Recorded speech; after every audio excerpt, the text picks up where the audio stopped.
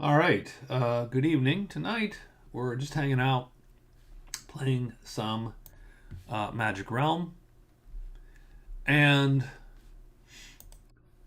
though it looks like we have the Amazon Dwarf,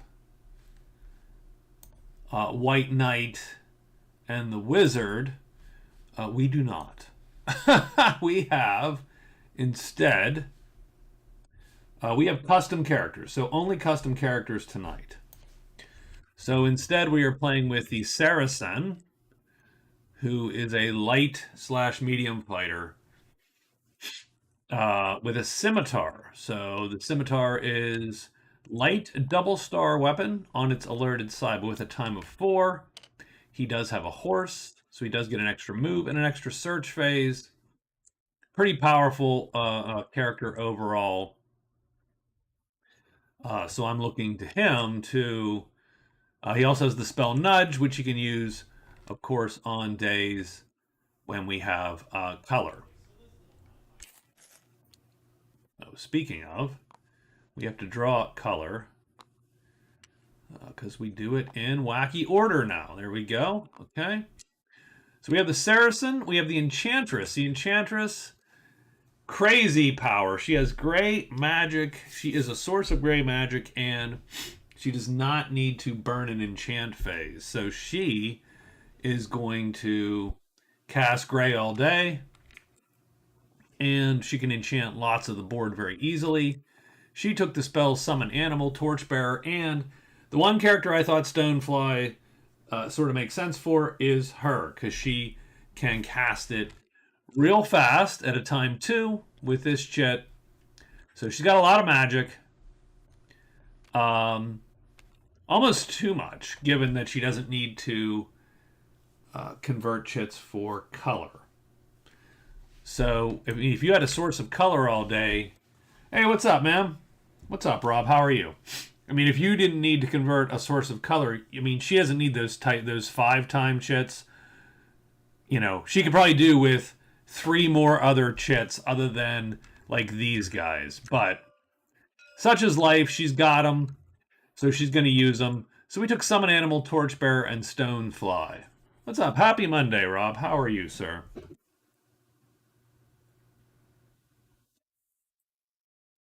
Okay. We also have the Bard. The Bard's sort of a medium slash almost heavy fighter. He's carrying a broadsword, so he can do a little bit of damage, but he's not fast enough, really, or strong enough. He can definitely do heavy damage at a time 3, so that's pretty good. He can do H star damage at a time 4. So, not great, but we're not looking for him to be a giant fighter here. Um, he can get away from most things with his M3 chits. He has 1 gray and 1 type 8 spell, and I took Guide Spider or Octopus to sort of take advantage of that so that he could take the pull or the cairn and sort of dominate that.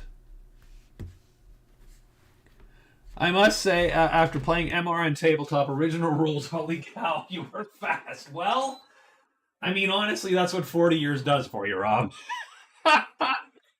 Magic Realm is my muscle memory. So, um, we finish each other's sentences, me and Magic Realm, like it's just a thing. 1 week a week. I like that you're playing in real time. Like that's very very very OSR of you there. One day equals 1 day. The Bard also does get bonuses on the higher and meeting tables, and he is friendly with the rogue, so that is a pretty good power for him and the soldiers. So hiring these guys would be probably not a bad way for him to end up. And finally, we have the White Witch, not the White Knight. She is a really, really good mix spell wise. She has type 1, type 3, and type 7. We're going to take Small Blessing, and I did take Exercise, although I don't know that she needs it because she's immune to demons and imps normally. No, I do not know these characters very well at all. I will probably be a little clunky with them. These are all the custom characters, right? You know, fan made characters or whatever. I didn't get the hard ones though. I think all of these are quote unquote easy to play ish comparatively to some of them. So they should be pretty good. Like the White Witch can run from anything. She can utilize Small Blessing. I took Wisp Guide so she can actually move on hidden paths. I took Exercise, like she can literally leisurely walk into the altar, or leisurely walk into the shrine and nuke the demons.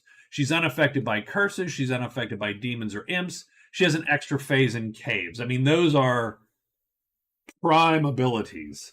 So she should be pretty good. The only yeah, I mean, she should be real good. She's allies with the Order, which is ridiculous.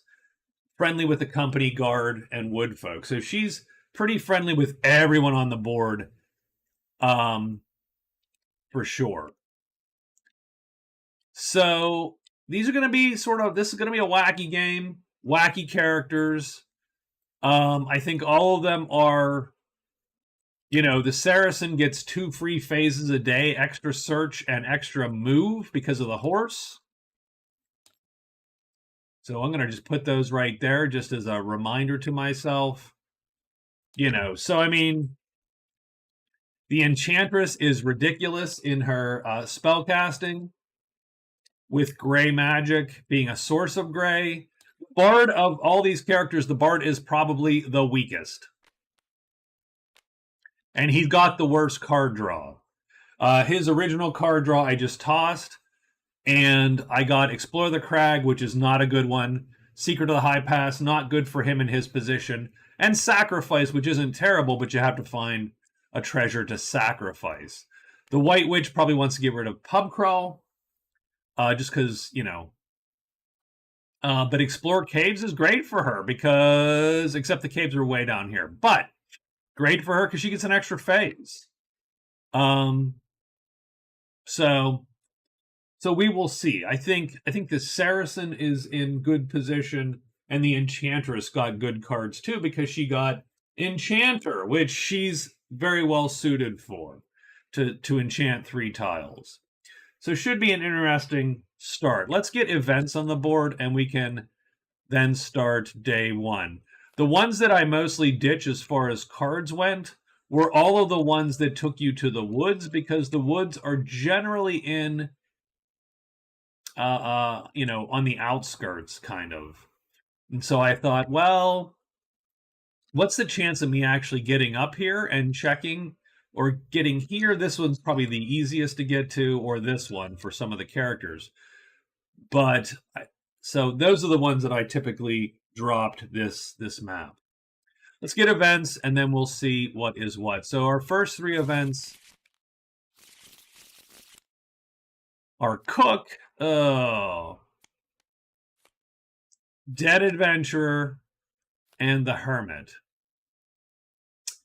All right, the Cook is in a dwelling, and he's in the inn. So the Cook is at the inn. We got a Dead Adventurer. We've got a Hermit. Dead Adventurer appears in the Ruins 3. That's great for our Bard. And then the Hermit's going to appear in Mountain 6. Also great for our Bard. So I cannot complain about the Bard's start anymore. Even though his cards suck, the events came up all Bard. So there we go. Our color magic is going to look like this on day 7s. And otherwise, I think we're ready to go. So let's take a quick look here. The Saracen has Gambler, so he is very much encouraged. Oh, see, I don't like that position. Let's slide that over just enough. Control 1. There we go. So we are very much encouraged to end our day at the inn because Gambler is going to let us bet and gain a level of friendliness with the rogues. And we are already friendly, so we could become allied with the rogues. So the Saracen is definitely going to, I think, take a shot and try to end his day here. And so I definitely think we're going to try, let's say, 2 trades here first. Well, probably hide for sure.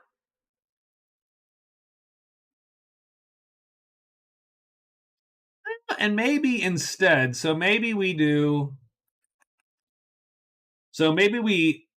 move into the ledges.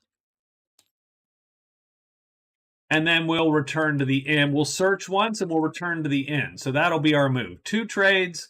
We'll hide here, move into the ledge, do a search. I mean, that's his superpowers. He gets 6 flipping phases a day. No other character starts that incredible. And actually, maybe we're just hoping to find a weapon or whatever. Done. Let's take a look at the Enchantress. So the Enchantress, I think she's going to go all in on Enchanter. So Enchanter is going to give her right. So she's going to get, she can enchant a tile in a single phase. 1 phase, and she pops it, and she spends nothing because she is a source of gray magic herself. And so it's literally move into the ledges, enchant, move into the deep woods and enchant, move into, right? She can just boom, boom, boom, enchant. She's done. So she's going to go for that pretty hard here. So let's take a quick look. That changes none of the stuff. So she's going to go, and I think pretty much she's going to hide. She's going to move to the ledges. She will enchant. Does she have...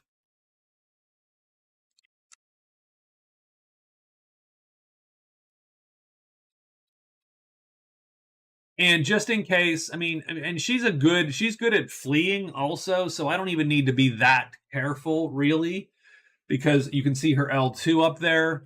I mean, all these characters are actually pretty good. The Bard is, like I said, I think, of all the characters, the weakest, and yet he still is a move 3, so he's still pretty lithe and easy to escape. So I'm going to say, let's put her in...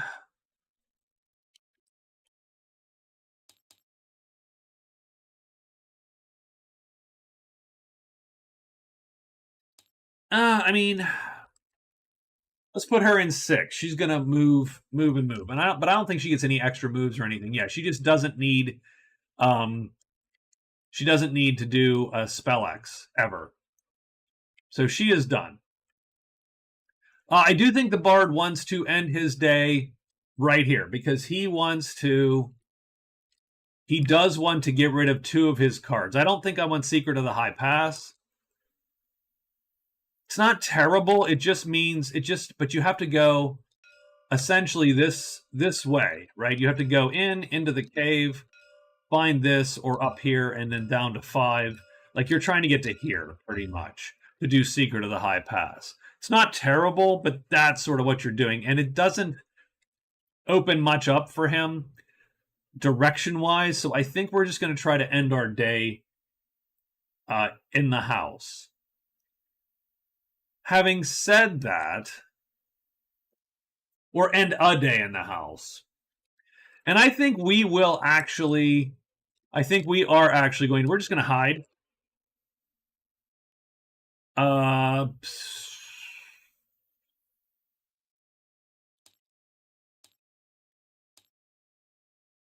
think we're going to hide, trade, done.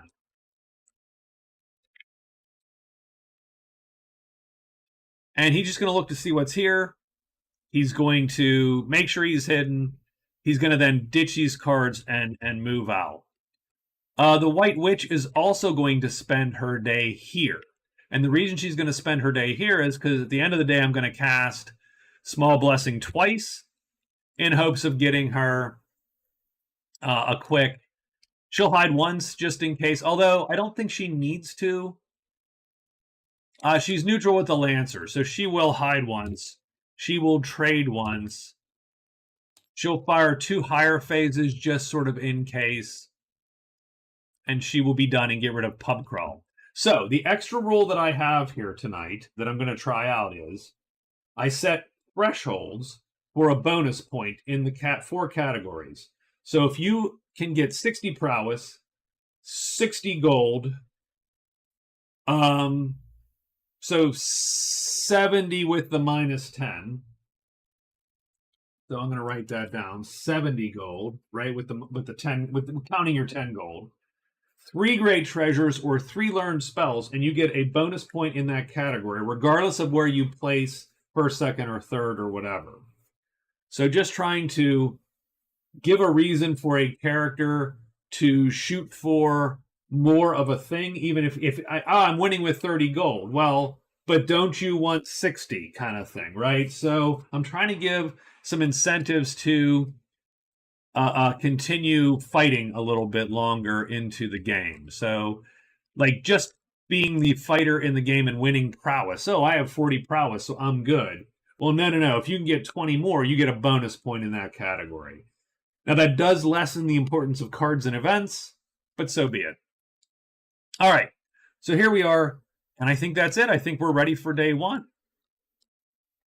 And we should note who is casting at the end of the day. Definitely the White Witch is going to cast. I don't think anybody else is casting at the end of the day.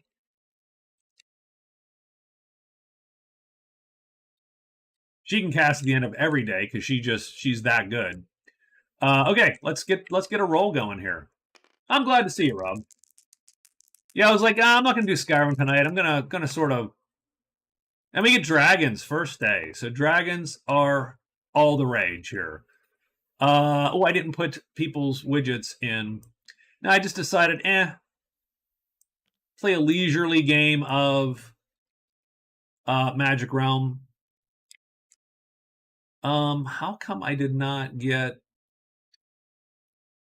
How did I not get a pile of?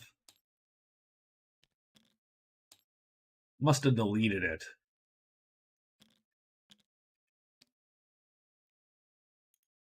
All right, so there's our 4 chits. Always make these bigger because I want to see them from a distance. There we go. Okay. Let's roll it. And so the Saracen is first, the White Witch is second, the Bard, because it looks like a guitar, but not really. And the Enchantress. So the Saracen is first. 2 trades. So he's going to trade with the Rogues. First thing, trade with the Rogues. Oh, and the company's going to show up here too. So let's see what we got here. Oh, of course. The first, literally the first card we turned is the Clovenhoof because that's how we roll. Done. And the Quick Boots. I mean, the Quick Boots don't suck. The Saracen doesn't need them.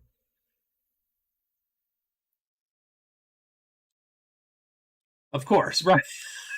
That's when I thought. I was like, of course it's going to show up. And it does. First thing. I sort of love it.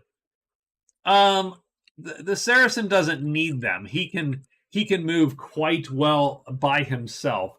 What it does do for him is that M3 would make medium armor a little bit more, what do you want to say? A little bit more viable for him. So that's definitely something to consider. I will roll on that, even though it's super unlikely that we're going to get the $8 that we need here. So the Rogues, we are friendly with the Rogues. And we do not subtract anything. We're just friendly. We do have to add 1 to these dice. And we get a 3, which is price times 2. So for 16 bucks, we could indeed have the quick boots. And we're gonna not bother. That's done. I will roll on the cloven hoof for giggles since we're here. Just to see. It's a 5. Price times 4. Again, also that'll cost 16 bucks. So no dice there. We're going to hide. We add 1 to this roll too. And we get no hiding. Done. We move into the ledges. So we're not hidden, but we move to the ledges. We're going to do a search. So we're going to do a peer. And we're largely hoping for clues. So we're hoping to roll a 5. And we roll a 6. So no dice there. And then we move back. So altogether, a pretty awful lame turn for our guy. And the company shows up at the end. How do we feel about the company? Neutral, thankfully. But these guys make it a little bit dicey, frankly. And he really should have hid elsewise, but I didn't think about it. Like, if I'd have known the cloven hoof was going to be there, I would have hid out in the other place. Done. The White Witch is next. She's going to hide and trade, so she hides. She does not have the cloven hoof. And she succeeds. Oops, oopsie. She's going to trade with the Order.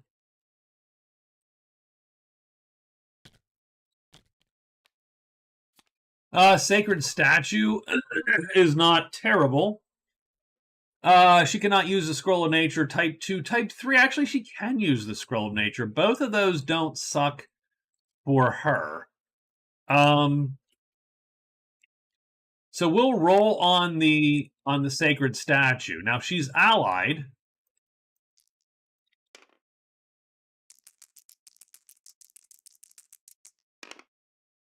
And she gets a 4. So price times 3. 30 bucks. She does not have 30 bucks.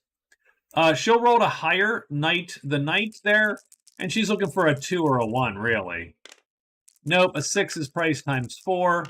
And a 5. I saw the 1 and I was pretty happy, but ultimately no dice. She gets nothing out of that. And she's going to spend the day there. And no one appears. The Bard. The Bard. King Bard. Hide twice, trade twice. Yep. Can't get away. So we're hidden. We are hidden at the house.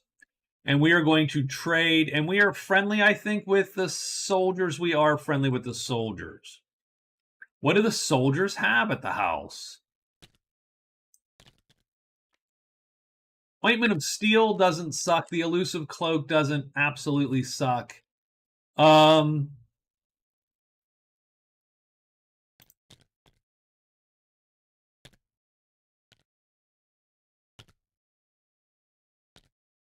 might roll on a helmet, though, instead, just because.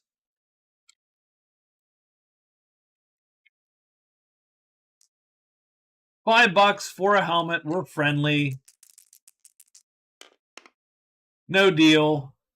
We trade twice. We'll do it again. 5. Price times 4. So a little too expensive for a helmet. And we are done there.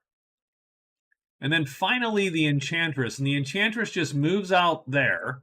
Or did she hide first? She hid first. So that sucks because she has to roll the crappy hide. And she fails. So she moves into the ledges. She is going to enchant the ledges. And again, she can pair this chit with her gray, because she is a source of gray. So she doesn't even burn gray when she does this. And she flips that guy and then moves into 6. But she's got to flip these bad boys. She gets ruined. So bats and the Lost Castle in 1. So we're going to have bats here, but not today. And then the Lost Castle. So we have... okay, here we go. So let's see. We get Howl, so more bats. A lot of bats. We get a Vault in 3. Slither in 6. Horde in 6. So dragons are going to... Oh, there are a lot of... And Slither in 3. Holy crap. All the dragons. All the damn dragons. So, wow, she is hosed. She is hosed. Okay. So fortunately, Slither only brings that guy in 3. So Slither's here. That was Slither first. That sucks a little bit for her, actually, believe it or not. And the Horde is going to pop that. Yep, we have a dragon tile. A classic dragon tile. The main problem she's going to have is that she is going to have to flee, and she's going to get into this cycle, which is not good. That's not a good way to start the game, really. So, and I think that's the day. We have to roll 2 things. So first off, let's see if the Enchantress has anything she can do to avoid this mess. This dude's on her sheet.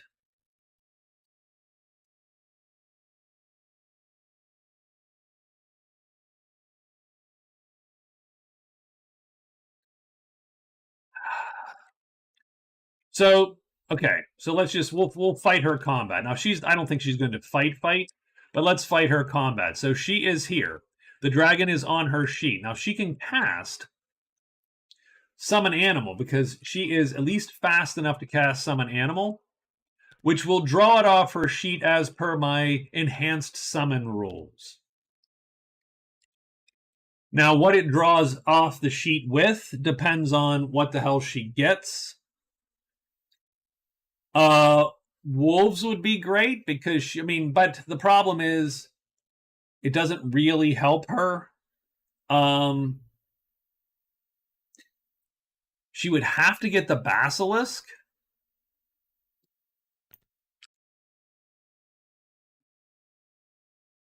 And strangely enough, the Basilisk actually has a chance to kill this guy, but not really.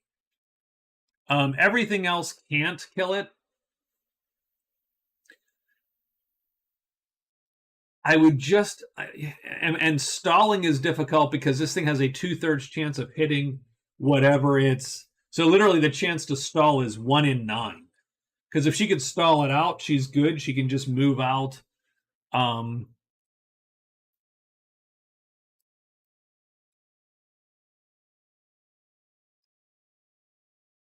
I don't think... So I tell you what she's going to... very, very simply, I tell you what she will do. Because she has so much magic, she is indeed going to cast this. Because this is all she needs to cast. Right? She just needs to equal that time. And she can cast the summon. So the summon hits... And she rolls 2 dice. And she gets that creature. Unfortunately, I do not actually have these creatures made. So she gets 2 wolves. So there you go. So she gets rats, and triple rats, right? Yeah. L4 and M4 for...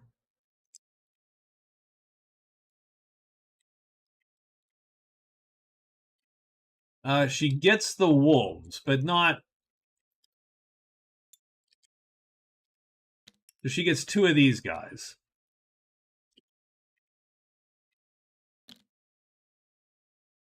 So one of them lures immediately the dude off of her sheet.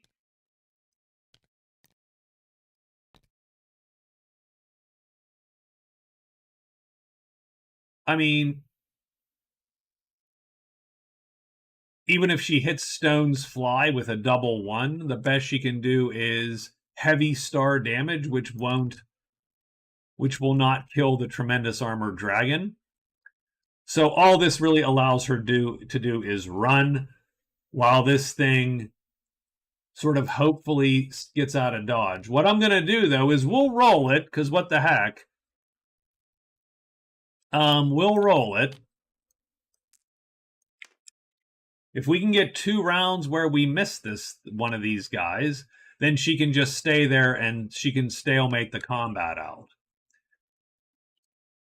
So usually we're looking for a 1 or a 4. In this case, we're actually looking for a 5 will do it, or a 2. 5 or a 2 will keep this wolf alive. So first round, a 5.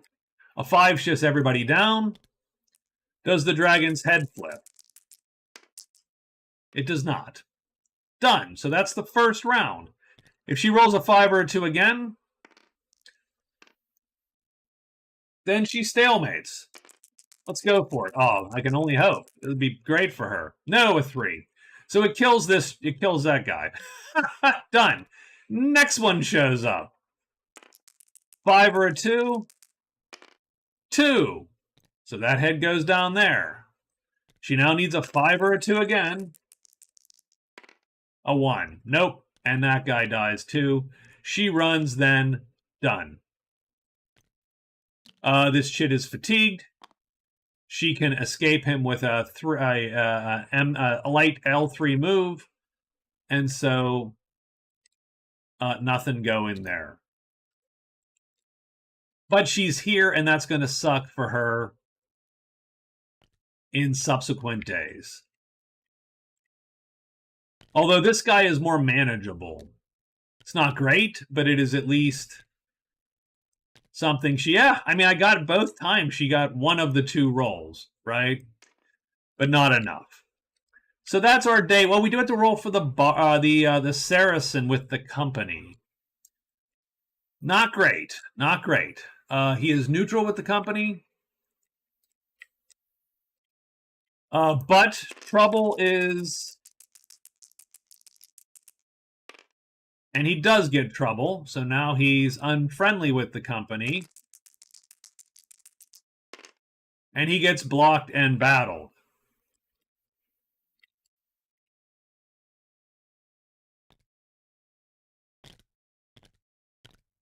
I do think he's got no problem running from these guys, which is good. Because they do not have a light bowman. He just needs to have a 3 somewhere in his repertoire, and he does. So he's going to play this guy to run out, but he does not get to gamble.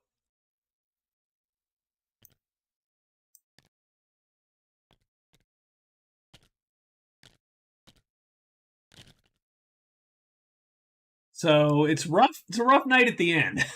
It's a rough night. Rough night at the inn and the ledges. Not great.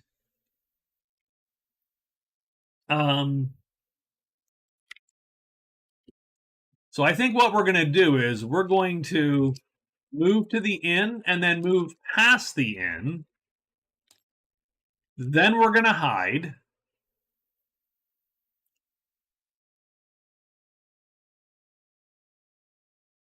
Well, but he's running right here, right? I mean,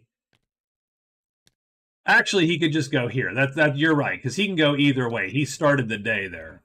So he can go that way. That's the easier way. He saves a move. So we'll do that. So he's going to move to 1. Then he's going to extra move back to the inn. Well, no, he's going to hide. For sure. I still want to gamble, even though, frankly, it sort of sucks. He's gonna have to place a tiny bet because it's just super likely he loses. But we're gonna still do it. So he's gonna do hide, and then move to the inn. Wow, I cannot type an H to save my life there. So he moves, hide, done. She's going to move to the dragon. The H dragon, of course. And then she'll be blocked. But just in case that she's not blocked, she will hide twice and then move back to the horde. In case she's not blocked. The Bard. So the Bard ended his day there. So because he ended his day there, he's going to drop these two. And draw 2 new quests. So let me get that done. He gets Woodwork and Guide. Not what I was super looking for, but Woodwork is Ruins W. And Guide is a free path.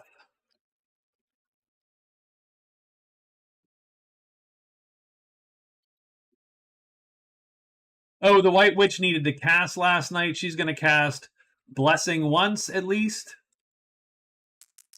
So she'll start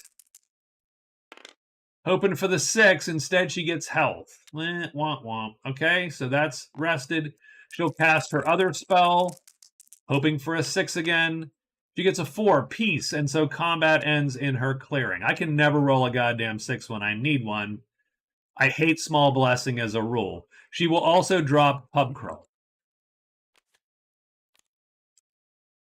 And she gets treasure cache in the Lost Castle.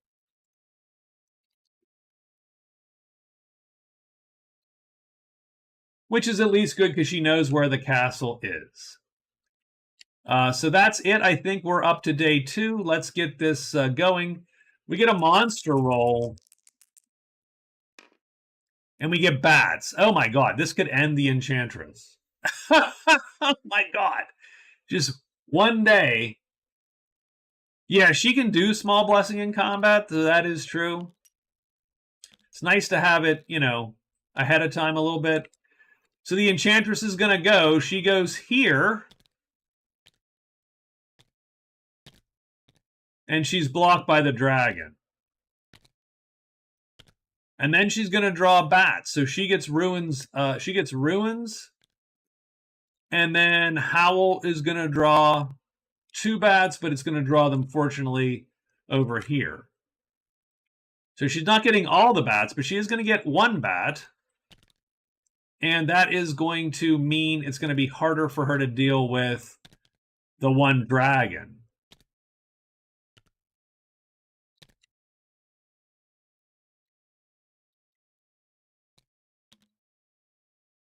The Bard goes here, or the Saracen goes there, I should say. He hides 3 times.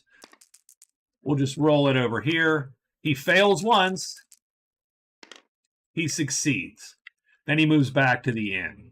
So now at least he's safe from having to deal with those yahoos.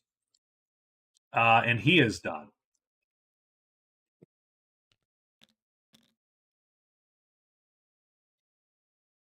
Oh, I didn't write these moves? Oh, God. Okay. Well, what the hell am I doing? Okay. Oh, because I sort of got... So I'm going to move... I mean, he's going to move to the Adventurer for sure. And do his search. So, hide, move to the Adventurer, and he's going to search. Done. And then she is going to...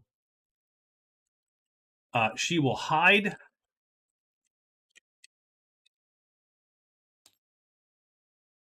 For sure. She will move to the Deep Wood. And then she will rest twice. Done. Okay, so there you go. So she's going to move into the Deep Woods. She will roll to hide. I don't have any dice here because...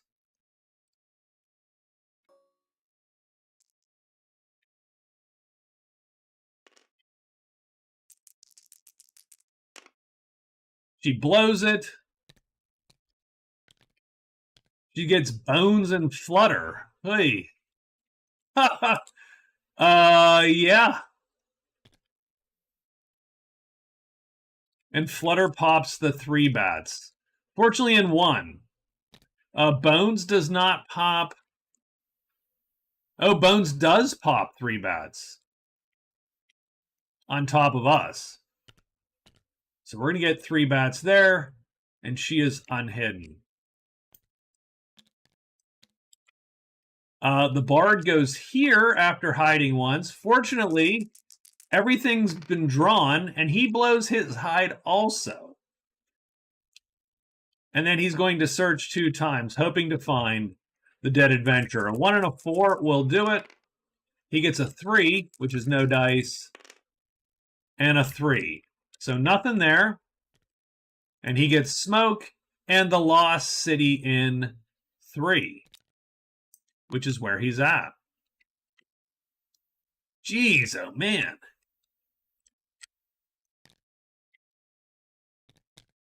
The realm has come out for the irregulars here.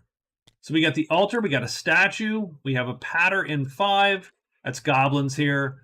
A flutter in 2, which won't matter because the bats are out, and howl, which won't matter because all the bats are out. So nothing's going to appear here. We do get goblins here, which is a little dangerous, of course. Done and done. So, oh, okay. At least there are no more bats. Yeah, whoo! At least we're done with bats. At least.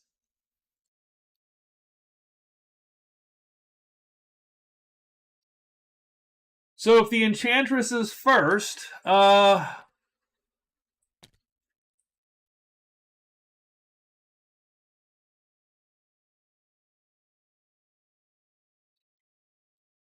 problem is she can't attack, she can't actually cast without effectively, invariably getting, attacked by one of the 2 creatures that is possibly here. Like, she can cast a summon and draw one of them off of her, which she might have done, but 2 of them poses a huge problem for her. She would need to get the wolves again and draw both of them off, right? Or dodge one attack from one of the 2 creatures, but she has to do that pretty much forever at that point. I mean, she could run again, of course. Like if she could get something, for instance, like the serpent or even the bat, strangely enough, and she can survive a single round of the dragon, she could then run, right? And if she gets something that could kill the bat, for instance, then that would be great, and then she could flee the clearing. But none of that seems real good. And then the problem now is that, I mean, she's in a position now where she's gonna slowly exhaust and die, being chased down by these creatures.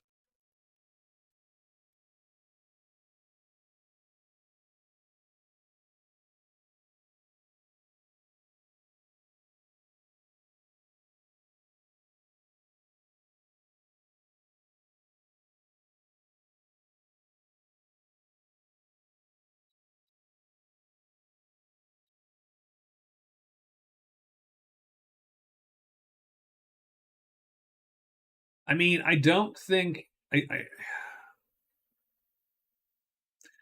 because now even so the next day a roll of 1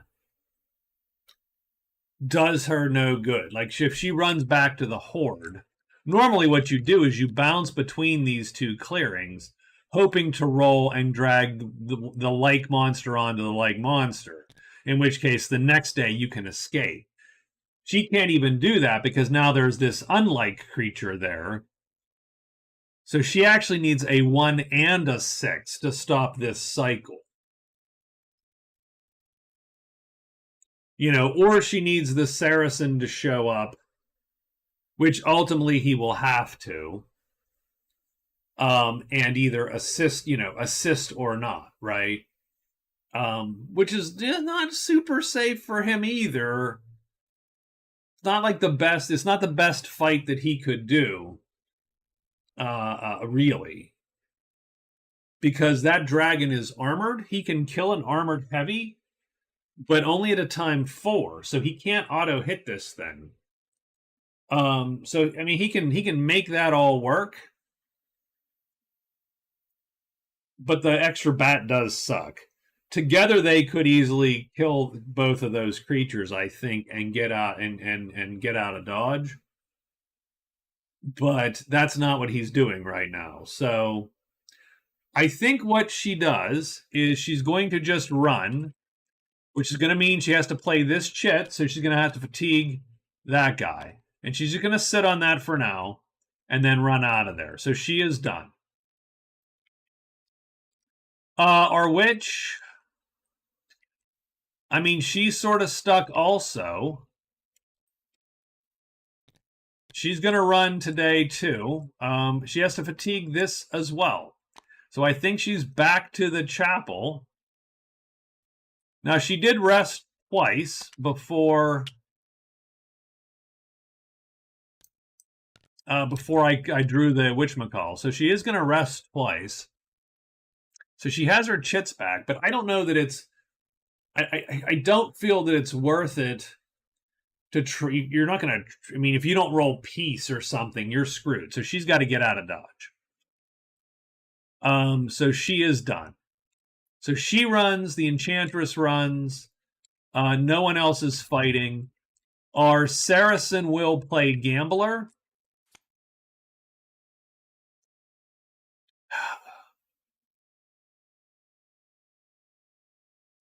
With the Cloven Hoof in play, it doesn't actually behoove him to bet much, frankly.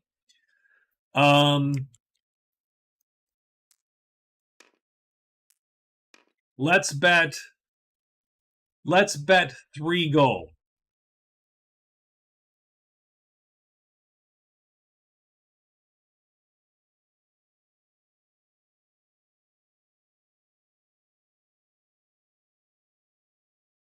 Which he's going to lose it. But let's bet 3 gold. So he bets 3 gold. He adds 1 to that, and so he breaks even. So he ends up with nothing different.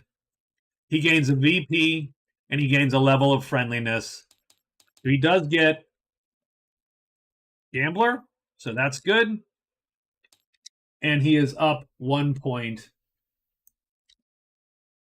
So he scores first, and he's got a point.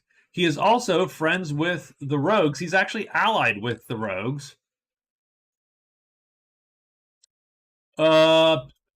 Text. We'll grab some text.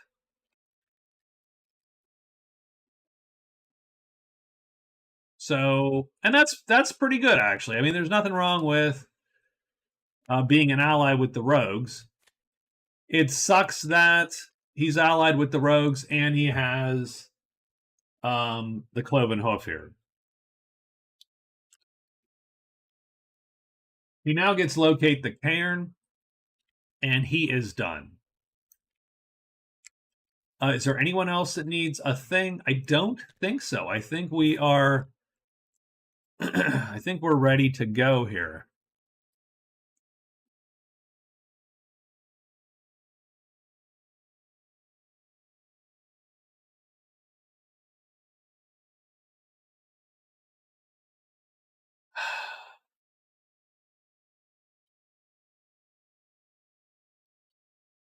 So I do think that the Saracen is going to move to 1, hide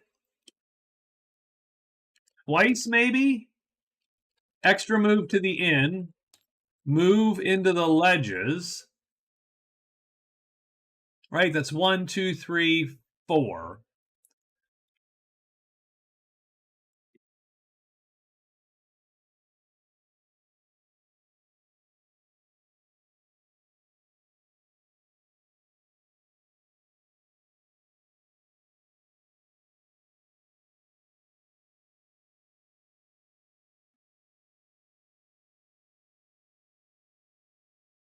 The Enchantress, of course,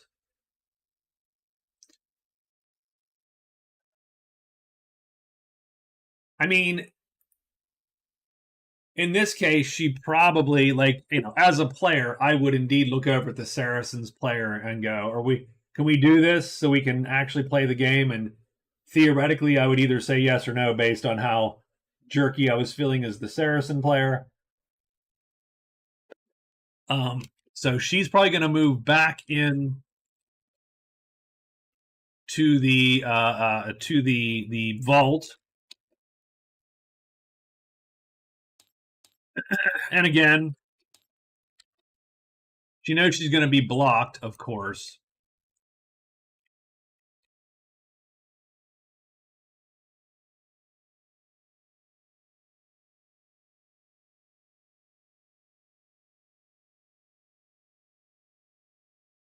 Or you assume that this guy's gonna the Saracen waits it out for two. He does the second round hide attack, right, and tries to cap one of the two creatures like that.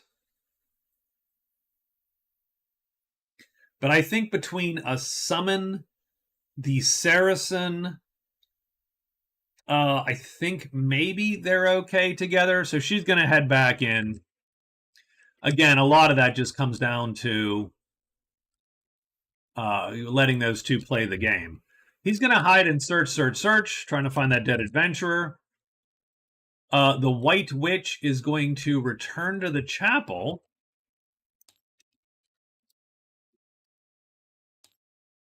And then I think now she's going to hire 3 times. She's going to go straight out hire, and we're going to try that. Done. And so it's day 3. Let's get a monster roll. We're actually hoping for not 1s or 6s. We get a 3 instead. That could suck too. I don't know. Wait, oh God, what else can show up here? Nothing down here, but okay. Let's get this going here. It's actually bad for the Bard. So the Saracen is going to move south. He's going to hide 2 times. And he does. And then he moves up here, and nothing else moves in there. The Enchantress moves right in. Done. Done and done. Yeah, I agree with that. I mean, especially in this situation, like, he wants to get through. He has to get through this too. So there's no good reason for him to not think, I'll let that roll, right? The Bard is hiding once. He fails it, which sort of sucks. And he's going to search 3 times. We're still looking for a 4 or a 1. He gets a 2. Doesn't help. That's 1. No. Come on. 4 or a 1. Nope. No bueno. And he's going to get 2 stacks of goblins pop. The axe goblins appear in 4. The spear goblins appear in 5. Fortunately, nothing appears on him. Done. This was presumably a goblin city. She runs back up here, and now she's going to use the ally table to hire.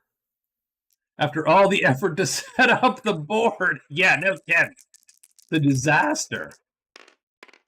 That's a fail. 1. Come on, 3 hides. 2. Nope, still too expensive. No. 3, 3, and 3. No, no, and no. Done, done, and done. The patrol do show here.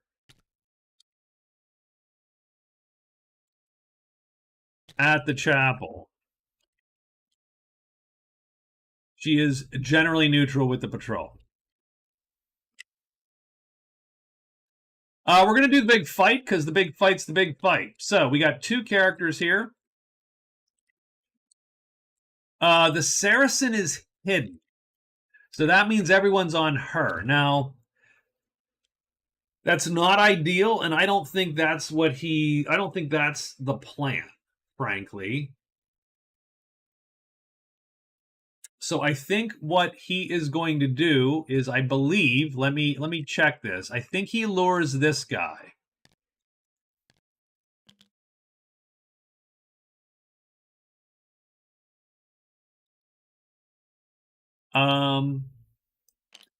Because he can play He can play this on that side. So he can play his horse to flip and be on this side. So it's a timed 4. So he gets a freebie timed 4. He can play and he can lure and then alert. So this weapon's like this. And then he can play pretty much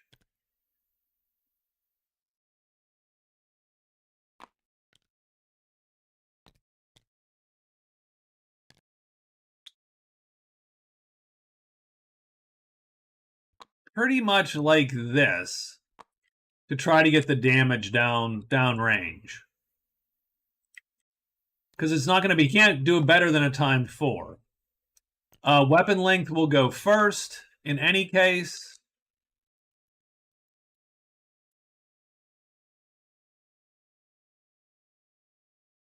I think that's sort of how he plays. So he's going to lure, and that's how he plays. Now the bat is still on her sheet, and she's going to cast Summon again.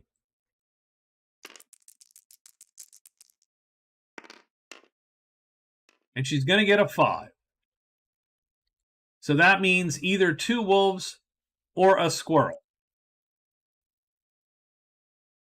I think she takes the 2 wolves because the 2 wolves effectively give her 2 rounds, if that makes any sense. Even though it doesn't actually do anything for her, the 2 wolves will get her 2 rounds of not having to deal with that dude. Hopefully ample time for the Saracen to fight. Now he needs to find, because the bat's going to kill him in 1 round pretty much. And she can't attack. She can't do anything. She just fatigues this shit and she is done. And this wolf stays out of it, of course, because he can't really do anything either. And that is it for round 1 placement. Let's roll the creatures. We're looking for this dragon to line up. And if he does, no, he does not. He goes down to the bottom. Does he flip? He does not flip.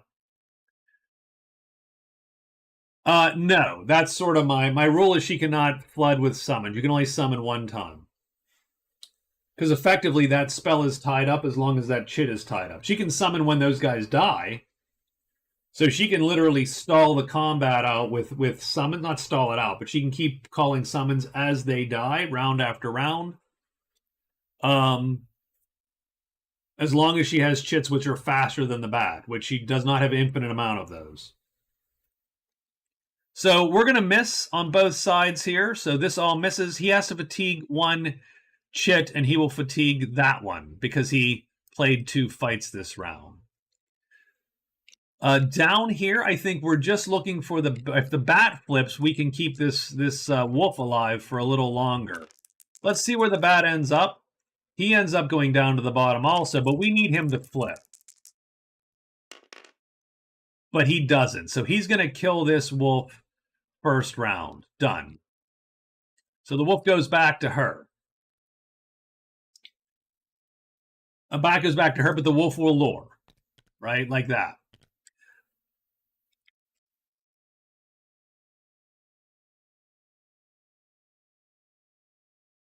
Now, I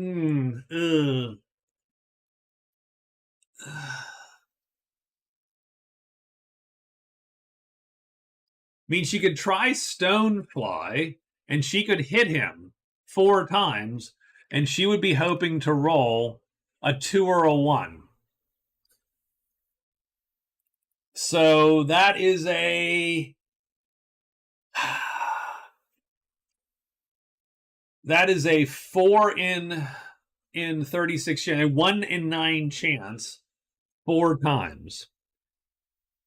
Oh, okay. So calculating that, it's 8 to the 4th power over 9 to the 4th power of not happening. I mean, I got to do it now, right? Like we're going to, so don't do math on stream. I'm going to use calculator to do math on stream. Oops, I just lost my calculator. Hold on. So 8 squared is 4,096 divided by 9 squared. So the chance of it not happening is 62%. She has about a 37% chance of killing him with stone's fly. But she gets one shot. And that's going to take up one possible summon. So she's not going to do it. She's going to hold off. So this wolf is dead. This wolf's got the thing. He's got the dude tied up here. And it's round 2.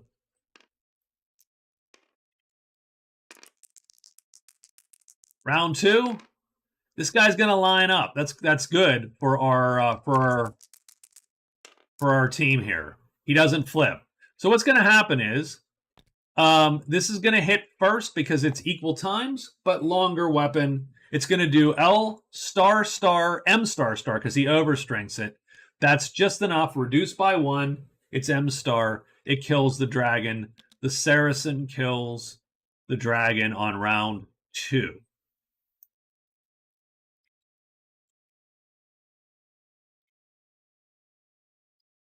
On round 2 over here, the bat ends up staying put, which is unfortunate because it now no longer matters what happens. He does flip. That actually absolutely is the worst of all worlds because not only does he kill the wolf, but now she only has one thing she can play to auto hit, to cast. So sucks a little. Bam. So the bat's dead, and we are back to this. Or the wolf's dead, and we're back to this. Where does the bag go? 1, 2, 3, 4, 5, 6. He goes 5. So he's going to stay right here. She is going to, well, and he's flipped like that. I'm sorry. She's going to cast using this chit now. Summon animal again to get it off her sheet. 2 wolves wouldn't suck, but the serpent is even better. So she can do a serpent, a bat, and the reason the serpent is great is because the bat can't kill the serpent. So she essentially gets this guy.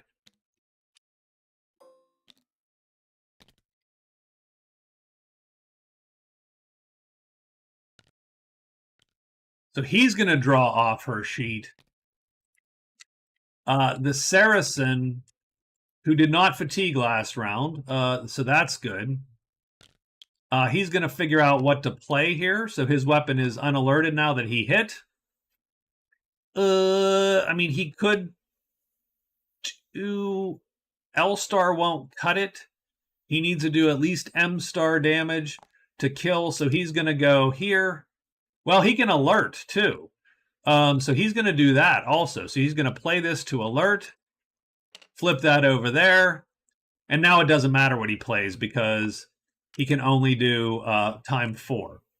So he comes over to the lovely Enchantress's sheet, and he'll play like that. Since she cast, she cannot play an attack, so she's just going to sit and hope that her guy gets the glory. 5. He drops 1. He doesn't flip. The Saracen kills. He attacks first, but misses because he was targeting this guy. The Saracen then kills him. Done.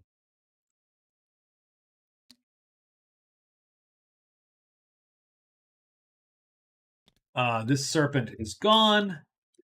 This stuff goes back. He doesn't fatigue this round. He had a great combat. She stalled for him. So, I mean, you know, she got what she needed out of that, I think. And he kills a dragon and bat. And that total is 11 prowess. So the Saracen now scores 11 prowess.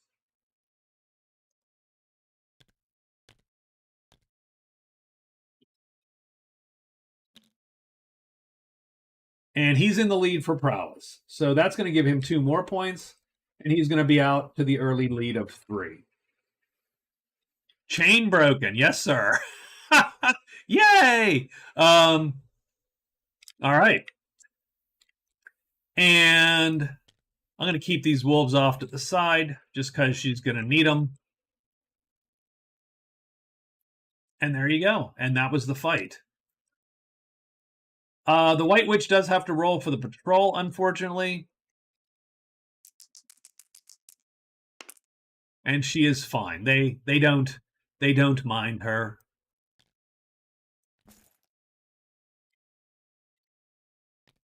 Now, none of these guys can really effectively kill the Tremendous Dragon, so be it.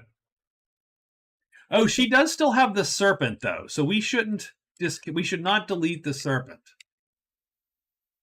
She still has him for the day. And she can ride the Serpent to walk the woods for the day, too. So we should be very aware of that because that's going to effectively then allow her to just pop out of here ASAP. I'm also going to just write down that she has indeed enchanted 1 tile, just like that. So there you go. All right. Whew, okay. That was a fairly eventful day 3. So for day 4, so the Saracen, he can find a weapon. Now this does not give him a victory point, but it just gives him a weapon. You can choose any L or M melee weapon. Now the only problem is, well, his horse is heavy, so his horse can carry crap for him, I think, right?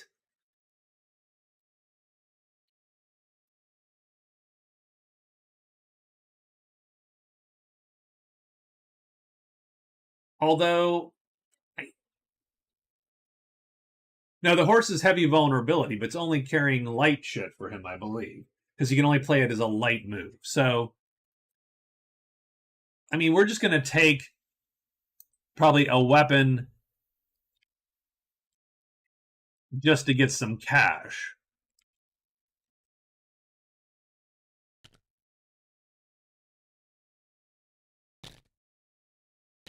I don't know. Like the thrusting sword is $6, so we're probably taking a thrusting sword or something of that nature. All right. So the Saracen is going to rest and thus end a phase unhidden, and that will find a weapon because this is a slither. So he is in slither. So he's going to rest there. He could find the vault. I don't know that it matters if he finds the vault since he cannot open the vault. So I don't think we necessarily try to find the vault. Is there a way around? Yeah, so he will, but I could sort of search just to try to avoid the horde.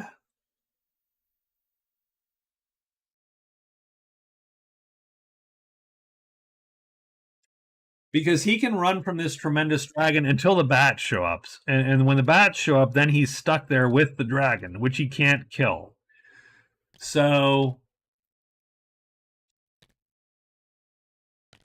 oh, that's weird. They must be lacking a. We're lacking a single widget right there.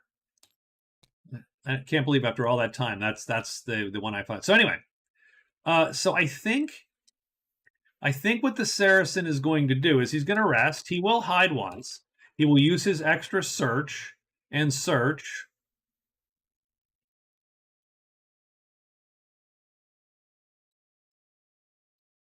So we'll hide. So that's 3 moves. 4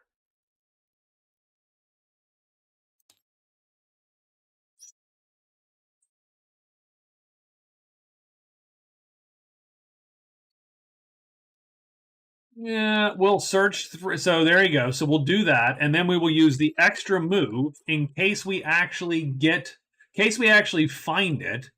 We'll extra move to 1. If we don't, this move just gets canceled and done. The Enchantress does need a little bit of a rest, so she has certainly succeeded here a bit. But she's going to use this damn serpent to ride, to walk the woods. So she's going to move to 4 because she can just go whoop, like that. She'll move to 1.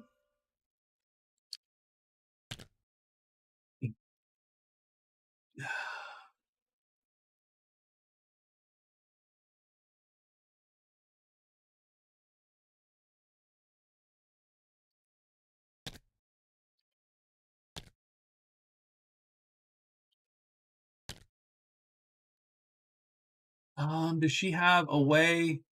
No. So I don't. I think. Interesting. Well, okay. So she can still walk the woods though.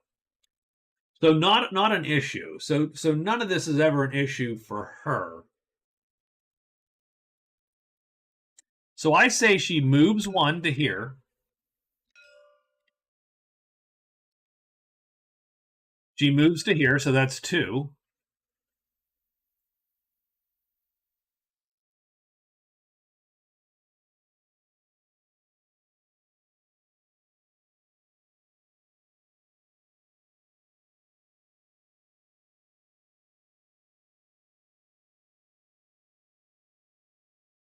I say she enchants it.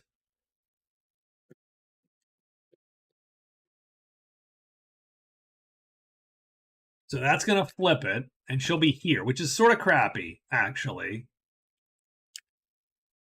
And the bats are in 2. And then she'll move to 6. So she is going to move to 4. She will move into the Deep Woods 1. She will enchant, and then she will move to Deep Woods 6. And that'll be her move. She can still run from the bats if they do show up. She will have enchanted her second hex, or her second tile. Done. And then the serpent will disappear.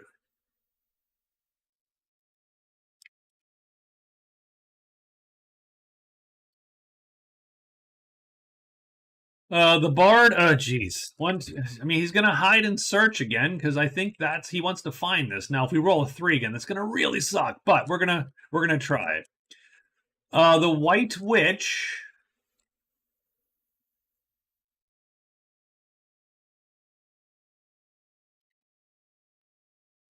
So I think at the end of the day she's going to cast again. So end of day, right? Sorry. So a little retconning, but the end of the day, she's gonna cast Small Blessing. She gets a vision. You can look at the treasure cards in any one box, return them, do not roll for curses. Interesting question. She has Explore the Caves, Cash in the Castle. She can see the vault. She can see the hoard.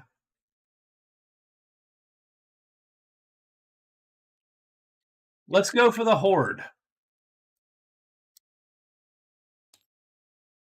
The hoard has the Crypt of the Night. You can't see it up there, can you? Okay, well, forget that. Let's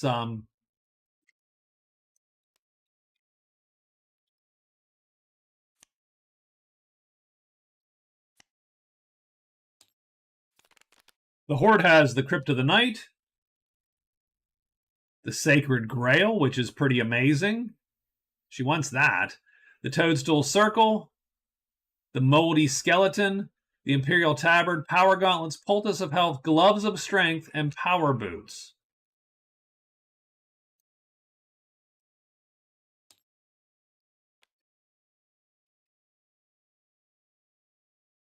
So not unuseful for her. So that is 1 roll. She will do it again. Oh, actually, she gets rest, frankly. Now I want peace. But no, instead she will indeed get I Wish for Strength. So very good. She wishes for strength. I'm going to represent that strength with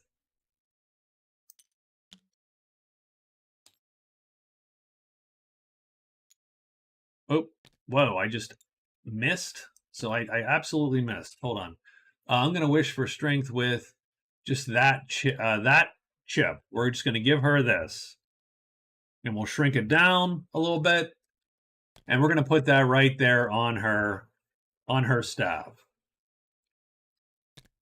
So that is some berserking wish for strength action there.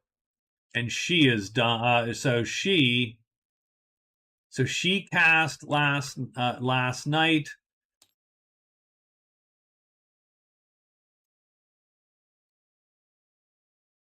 So I think today is going to be a 2 rest day. Higher and higher.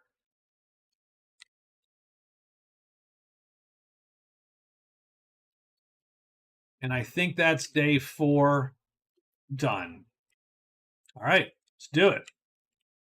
And she's got it. Yeah, she could walk down there and kill that dragon. She don't want to deal with the bats. The bats are not the ideal candidate for this.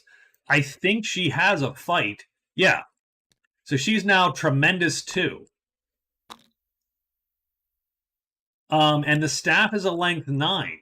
So the funny part is that staff actually gets her the advantage against this guy. So she can pop him at will. I mean, that might be what she does.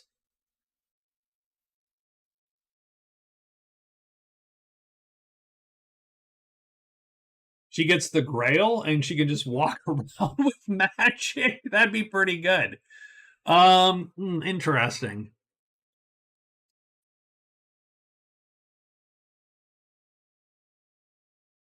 The higher would help her. It would certainly help her with things like the bats, right? So anyway, yeah, the bats are a useless distraction for our lady in white here. Let's get a monster roll for day 4. And we get a 2, serpents and demons. Oh, that's going to make this hex a frickin' hose job again.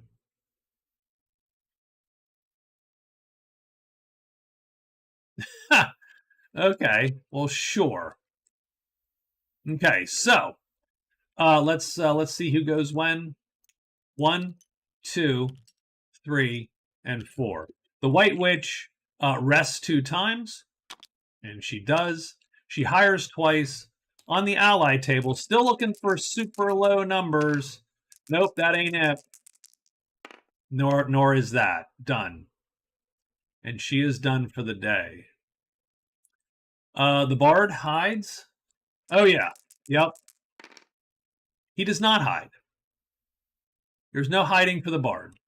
He searches 3 times. That's a failure. That's 1, 2. Oh my gosh, my rolling is just bam, discovered. So he gets the Dead Adventurer, which he's going to put on his back there. And he also gets the treasure on the adventure. He does not get a point yet because you have to bring the evidence back to get a point, but you do get a small treasure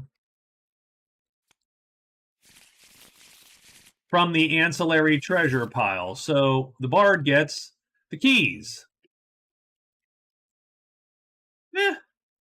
You know, sure. But the altar is going to pop a demon. Bam, done. And we are done. Now, the nice thing is the Bard just has to walk back and he's going to score a victory point. So that ain't bad. But let's go to the next guy. The next guy in line is the Saracen. The Saracen is going to hide, I believe. Oh, he rests once. So that's going to give him a weapon, which we've already decided is a thrusting sword.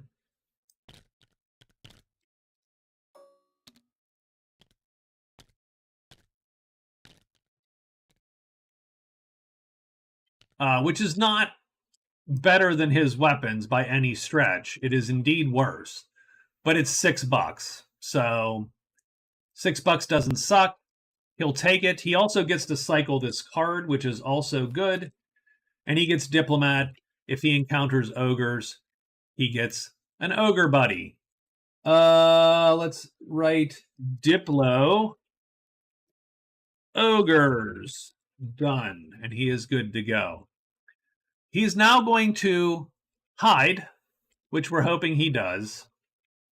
But I have not rolled real well on anything. No, okay, so he is hidden. He searches 3 times, I believe, for this path. So he's going to peer. He needs a 3, 2, or 1. That's a failure. That is a success, though. And so he finds this passage. He will then locate for his last chance. He does not find the vault. And then he moves here. And then Slither pops. So we're going to get Slither 3. And Slither 6. So 3 is here. And 6 is there, which does make the White Witch's quest a little bit dicier, because now you've got the Tremendous Serpent here, and that's not a good fight. The double, like just one creature and she's golden, but the double sucks for her. Having said that, that's a good fight for the knight if she could get him. The Enchantress is not hanging around though. Let me mark that the Saracen has found ledges 1, 3 enchanted. The Enchantress goes 1, 2. Remember that the bats are in 2, and she is in 1.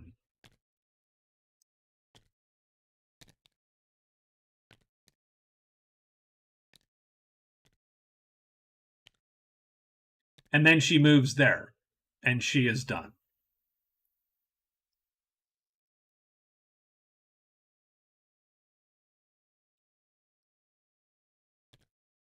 And I think that's it today. And we don't have any fights, although what's-her-name does need to roll.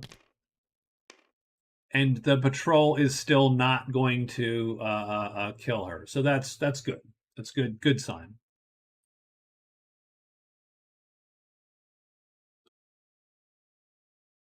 I don't think the Saracen appreciates the enchanting the deep woods. That makes the deep woods harder for him to navigate for sure.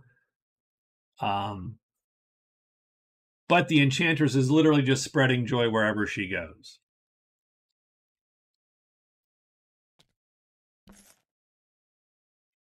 Man, the monsters have come out today. This week. It's day 4, and this hex is a disaster. Just a total cluster. Who has? Oh, the White Witch has a cache in the castle too. So literally, she would love to come down here and just take care of all the business. I really think she wants that higher, though. I really do.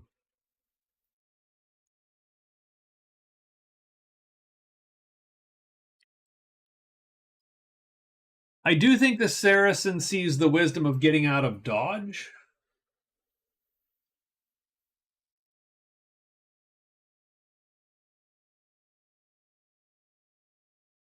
Yeah, especially after saving the Enchantress, darn it. Come on, man.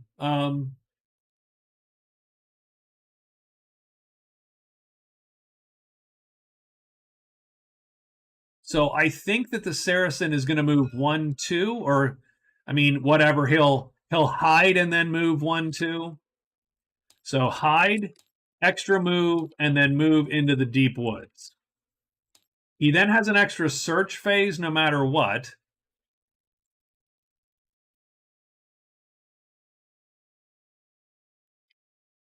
I mean, he would love to find. Saracen is a mercenary. Is it mercenary? I think it's it's a slaver effectively. But let's see. Saracen definition. An Arab or Muslim at the time of the Crusades. Oh, there you go. A nomad Syrian. So Saracen is just a member of the nomadic people of the deserts between Syria and Arabia.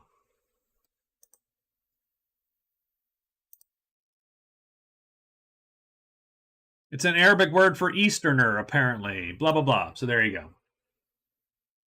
Voting for the Bard. So the Saracen is going to go 1-2. He's going to hide. He's going to search. So he has 2 more phases.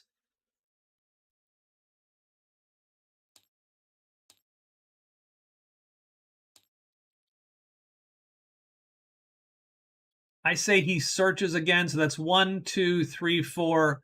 And he'll hopefully find the paths. Because I do think these paths are important to him. It is going to make his life a little easier getting around. How's it going, Raven? Good to see you. So this is where he's going to end up. And he's going to do his searching. The Enchantress needs to rest. She is absolutely, what am I, predictable now? No, yes. No. Yes. No. No. She's gonna move into the Dark Valley. I'm good. I'm good. I mean, you know, I am just putzing through some work and you know,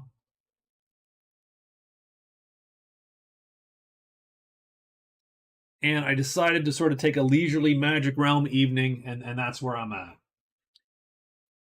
So I think we're going to move into the Dark Valley. So the I'm sorry, wrong character. She's going to move into the valley. She is going to enchant because she can very easily, and then rest 2 times. That should score her enchanter. YouTube gold. Thank you. I mean, I appreciate your enthusiasm as you know, as maybe premature as it is. But I'm good. I'm good.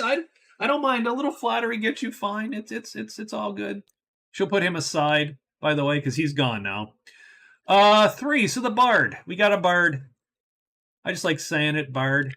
So he's gonna move back 1-2. So he's gonna move to the house. That is going to theoretically score him the Adventurer.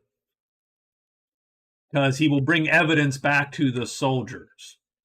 I don't think he gets any other. Yeah, he just gets a victory point once he does that. So 1-2. And then I think he's going to hide and move into the mount.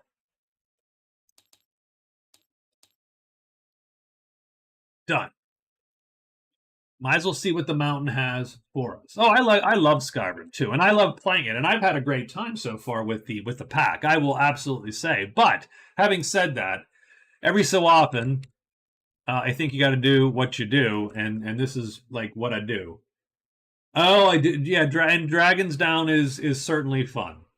We're gonna hire 4 times. We're gonna go for the big shot here and try to get our guy. If we can get the knight, then we're immediately heading down to here. Done.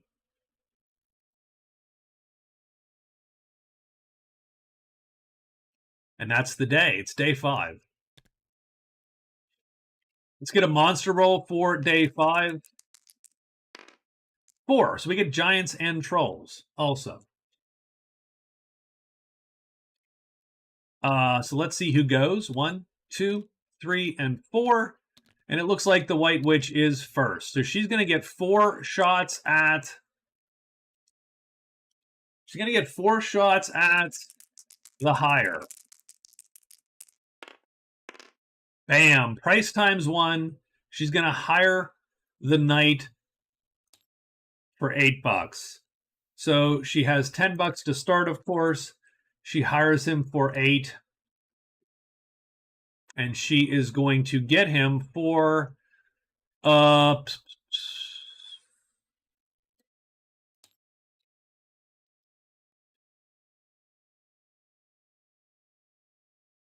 yeah, end of 14 days. So add 14 and done. So this is her buddy now.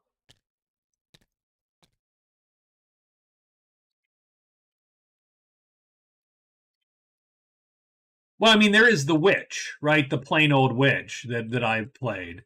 And so she has black magic. The Lancers appear at the chapel.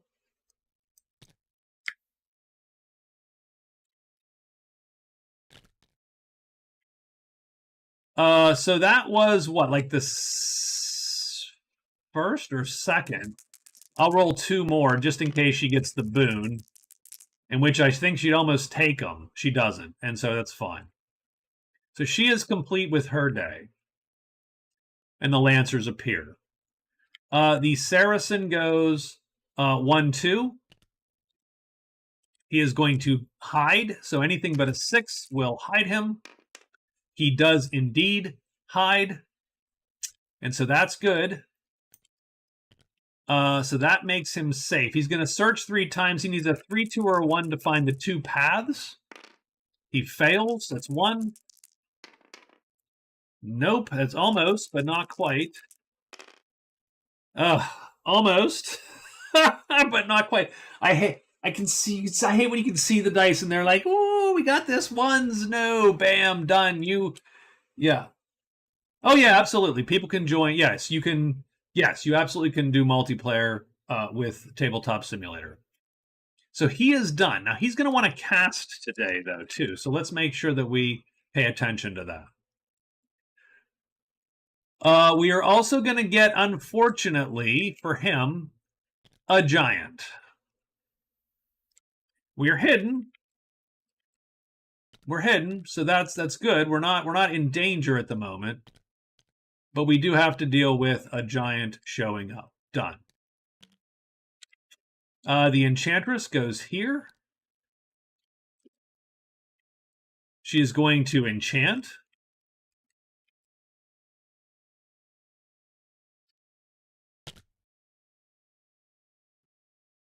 And then she's going to rest 2 times and bring back, of course, the fastest of the fast. Well, I'll get him on here one of these days to do that.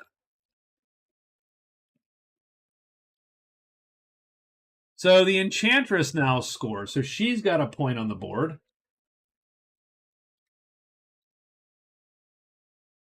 And she gets a magic totem.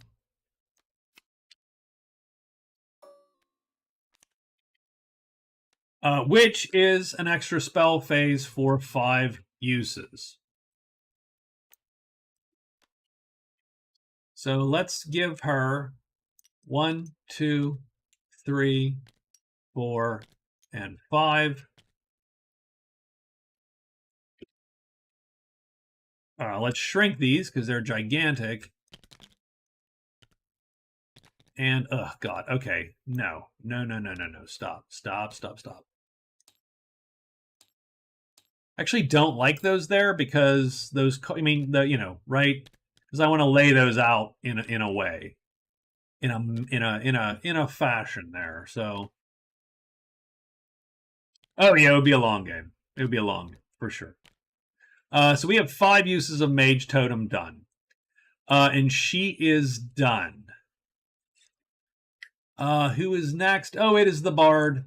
The Bard's going to go 1-2.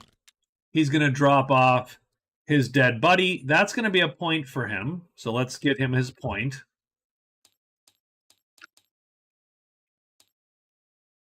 So he's on the board now.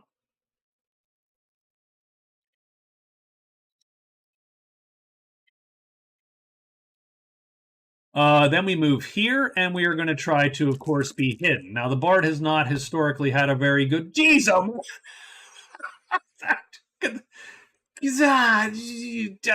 okay. Did you see that die? I'm starting to hate this game a little bit. Roar 6. That's the Hermit. That is going to be a giant with the Hermit. So we got both giants on the board now. And done. Okay.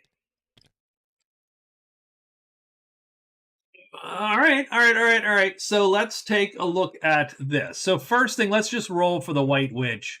She's got to roll for the patrol to not hate her. Oh, and they are going to maybe dink with her. No. And the Lancers. No. Okay, good, because she needs to get out of dodge with her guy. That's fine. Let's take a look at the Saracen. So the Saracen is going to take a look at this guy. He's a tremendous but unarmored creature. So if we can ready our weapon and get light star star, we could do medium star star, which is medium, heavy, tremendous, at a time 4. So if we ready our weapon using this chit, then we can play this one and attack the giant. Remember, he's not on our sheet because we are hidden. This is an auto kill.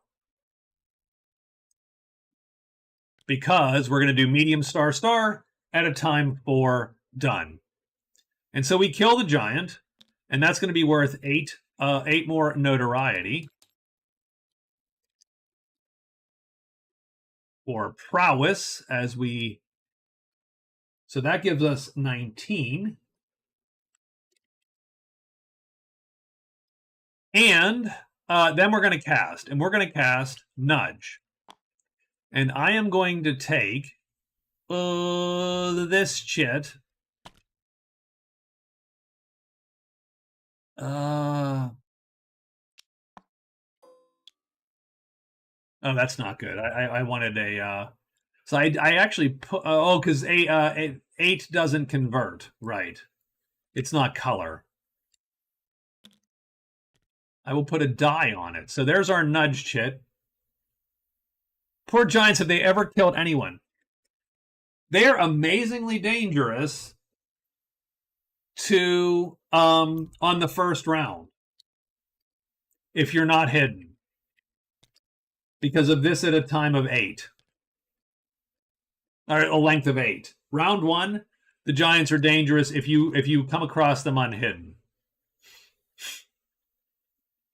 So no, but yes.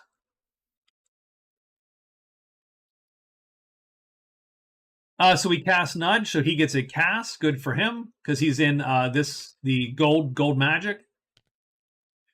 And I think that's it for his fight. Is there anything else that we need to deal with before we close out the day? I don't think so. I think so. We're still winning prowess as the Saracen. Everybody's scored the points they've scored. We've got to figure out the White Witch's move, but her move is to get down to that dragon and serpent, I think, as quickly as possible.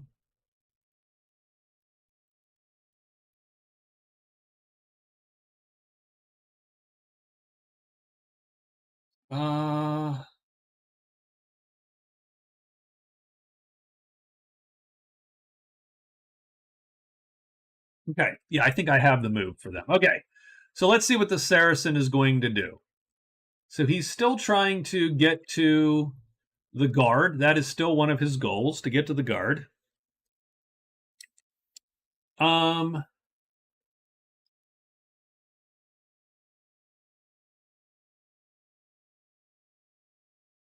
think what we're going to do is go 1, 2, 3 up into the cliff. So we'll hide. We will extra move. We will then move to the cliff. So that is 3 of our phases there. I'll say we'll hide again just to make sure. So that's 4 phases. We do have an extra search. We might as well use it once we get to the cliff and done. The Enchantress.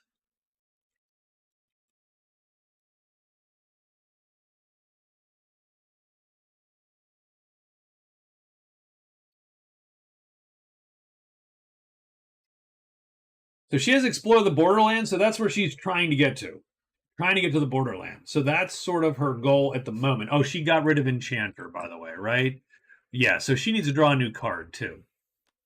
So let's get her a new card to make sure. Sudden Insight, which is to auto-search a location. So that's great.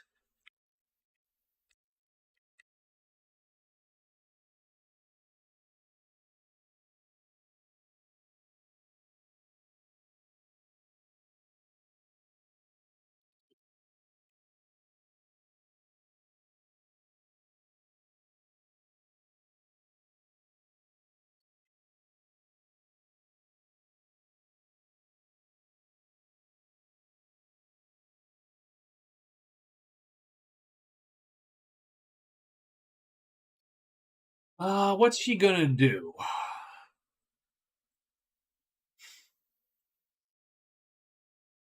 I think she's gonna spend the days to get. She's gonna just book it through. So I think she's gonna see 1-2 into the high pass. So she's just gonna move and move into the high pass. She can run from most stuff, so she's just gonna get it done. I don't think an extra spell phase. I don't think this matters to her here.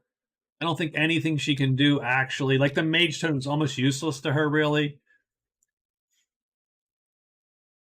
It would be more useful if she had a spell that took other color, like a purple, which she could, but Flame Sword was not a good choice for her, given her fight shits. So she's going to move here, and she's going to be done for the day. The Bard. Well, I mean, the Bard wants to go see the Hermit. He also needs to see if he can deal with this Giant. The Bard can kill the Giant if he's hidden. So, Victor, does anybody play Magic Realm physically anymore? I actually do. I play. It's probably I would say probably 2 to 4 times a year. I have people over my house or my kids, and we'll play Magic Realm.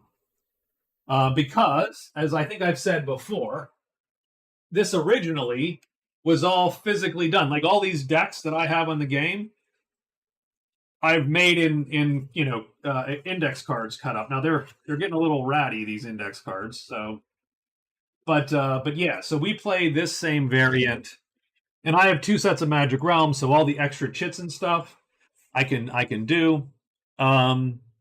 So I do play it. So I think what we're going to do for the Bard is we're going to hide, of course. We're going to search and use guide to auto find the path, and then move up to the Giant. We can nudge if we. He doesn't nudge. He's not a nudger. He is a guide spider or octopus guy.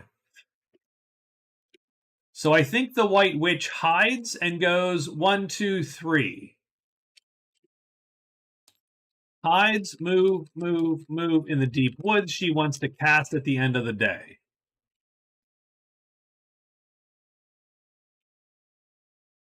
But how are you, Victor?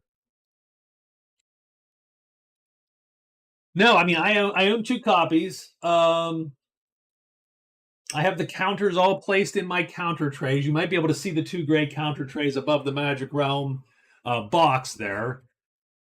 And so they have the counters all laid out as though they were on the appearance chart a little bit. So it makes the setup sort of trivial. And so we can set up in less than a half hour, boom, all this, and I I don't set up the treasure sites or the spell sites or anything. That's the only thing where I'm deficient with my physical copy is since I use all the expansion spells, we essentially have to roll dice for spells instead of putting cards on the sheets. So we don't set any of that stuff up. And so it takes almost no time to set up. Let's get a roll for day 6 while we're here.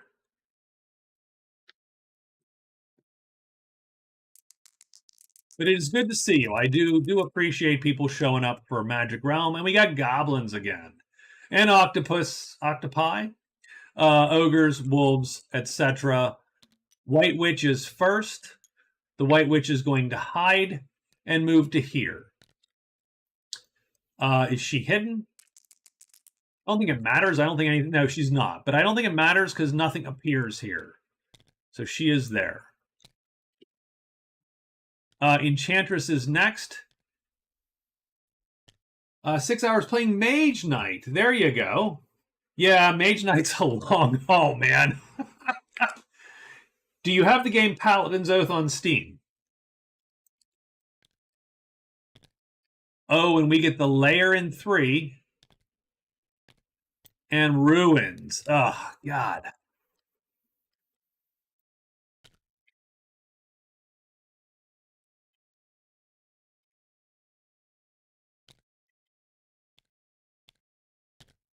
Man, that's a rough haul. She is not having a good day. I'm surprised you don't use Nightbot. Do you ever get trolls? I don't know. I do get trolls. The Bard. Trolls are this guy. Trolls are the gray hexagon in caves. So Paladin's Oath is a game on Steam. It is effectively Mage Knight on computer.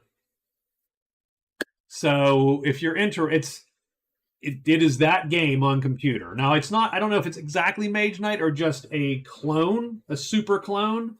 It obviously is not licensed to use Mage Knight name or anything like that, but the mechanics are the same. The game is very samey. Like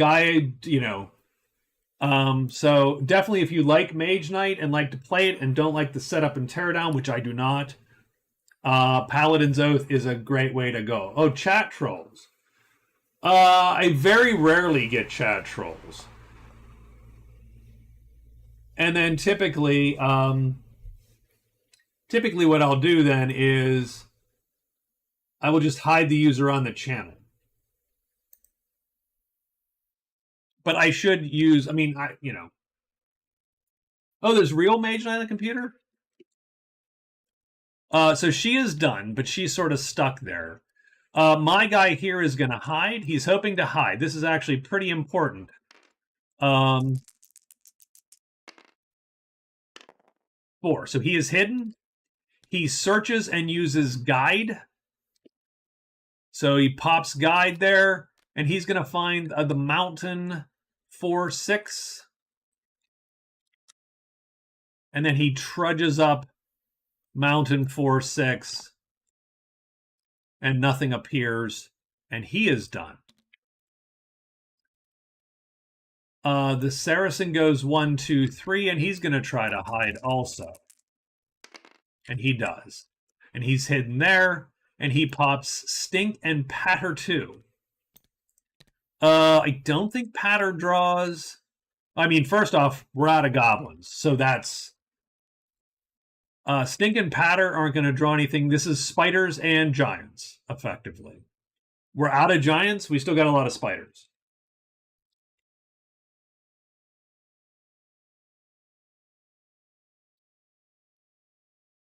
If I want to play a 4-player game, I might play on a computer, but upkeep for a single-player game doesn't bother me that much. There you go. I was on a plane spotting chat, and people kept coming in just to say one word, Trump, lots of bans yesterday. This channel is probably not popular enough to, right? Really isn't. But yeah, so.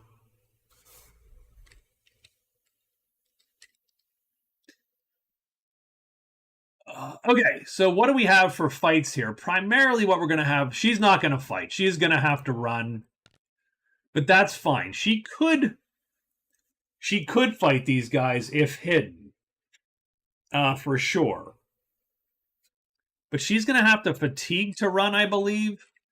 Yeah, so she's going to fatigue there. She uses this L2 to run. She's going to fatigue. So she could do a little bit of damage to goblins who are unarmored, and she can hit 4 of them at once. Or if she's hidden, she could cast Summon and then run out. And then leave her Summon to deal with the goblins. Sorry, sir, we're out of giants today. Come back tomorrow. All we have are spiders. Absolutely. Let's do the Bard's fight against the Giant. I think this is an auto kill for the Bard on the Giant. So if we drag the Giant down here, hidden, it's an auto kill. Not hidden, it's dangerous. So he will play this guy to ready the weapon. Boop, like that. Weapon is readied. Giant, remember, is not targeting us because we are hidden. Then we're going to play this weapon, this chit, and we're going to do H-star damage at a time 4, and that's going to auto-kill the Giant. But you can see here that if we were not hidden, round 1 would be very dangerous for us because that length beats our length of a 7. So he would have a 1/3 chance of killing us. So that's where the Giants are dangerous, Rob. So the Bard is going to score some prowess.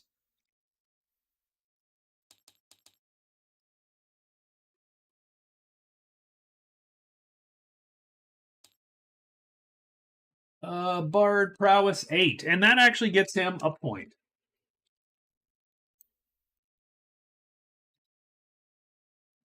So he takes 2nd place. Can you sell the Giant Club? No, you cannot sell the Giant Club. It does not. It doesn't drop per se. Yeah, but that would be sort of a fun deal there for sure.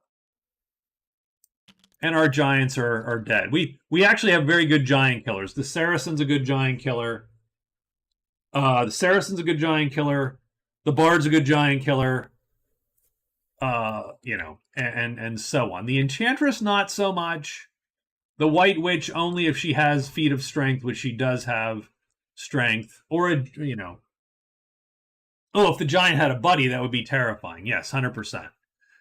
So we are done and done. And it is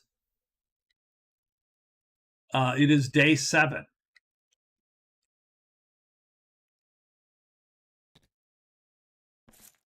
So the Dead Adventurer has been scored, so I'm going to put him aside. The Cook, I can put him up here aside. Just the Hermit needs to be scored. So let's see what everybody's day is going to look like. So the Saracen's a little bummed because that actually doesn't do him much good.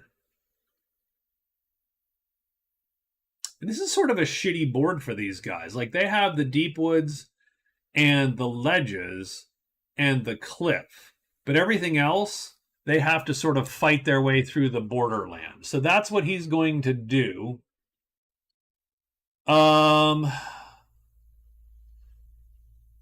So I think he hides and double moves with his extra move. He's going to get to here hidden. So the Saracen is going to hide. He's going to X move, and then move to 4. And his search will be used, his extra search will be used here in case he can find the secret path. He might use the nudge to get that done.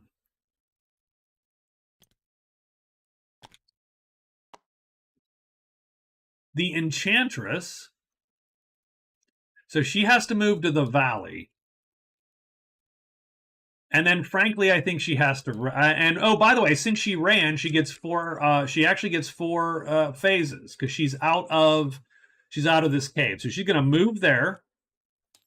She moves into the valley, and then, frankly, she's going to rest because to do what I think she's going to do,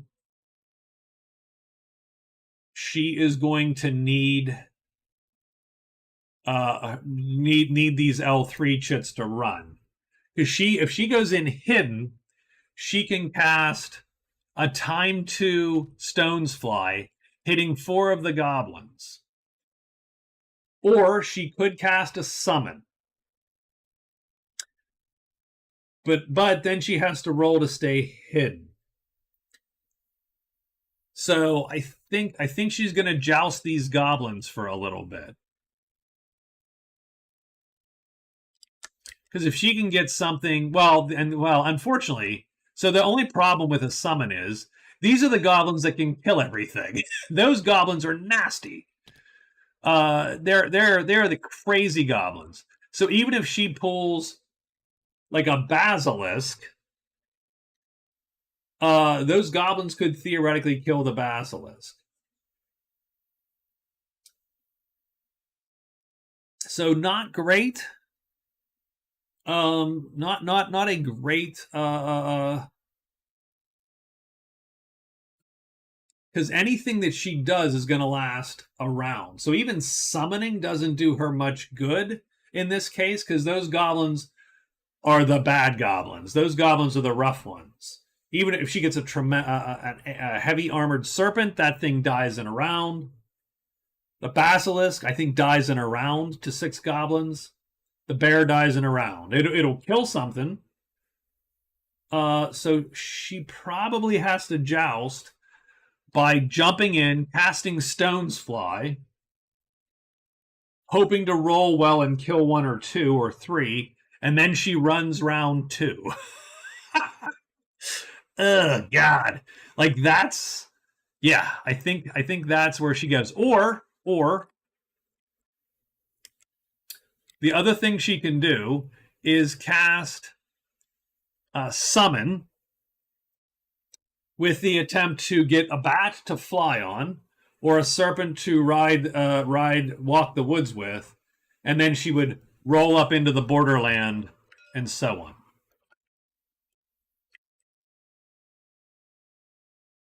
1, 2, 3. So 3. Let's go to the bard.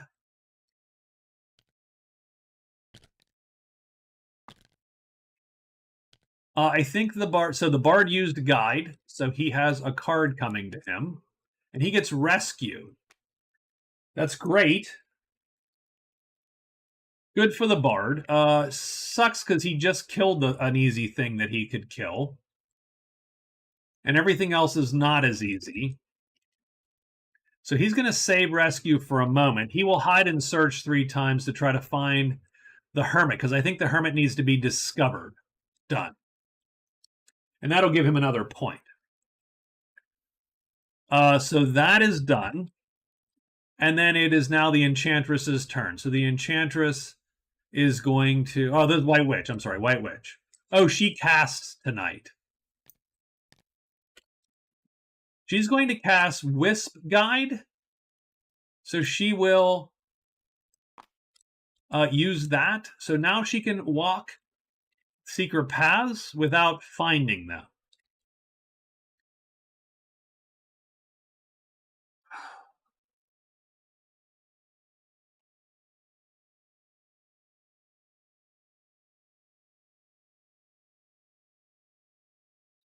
So I think she's going to hide, move to the horde.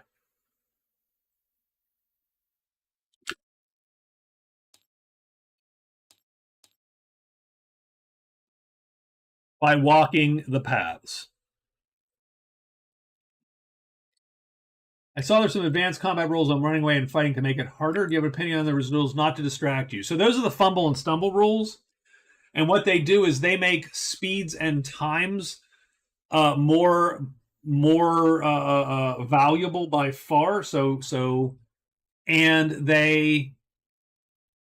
sort of randomizes the combat a little bit, and that the swordsman could theoretically get a lucky hit on an armored character, the White Knight, and kill him, that kind of thing. I don't think they're terrible rules. I think they're okay. Like they make the combat a little more wide open and random, but I don't like them if I'm adjudicating the game, because they are clunkier. Right? Like this, I can look at a combat and go, well, I know how that's going to go. Like if I'm playing Realmspeak, I'll occasionally turn those rules on. Why? Because then Realmspeak adjudicates it. And I can go, oh, why did I die again? Oh, because I then blah, blah, blah, and then rolled a 6 on the blah table, and then it got me, right? That kind of thing. But I don't like adjudicating those rules while I'm playing manually. I like the deterministic combat when I'm adjudicating the rules, because it makes the game sort of easier to grok, faster to play, easier to understand, less random, like all those things. So I think we have day 7s for everybody, and it is time to roll them. So we get 2 dice, of course. Stuff can get on and off the board.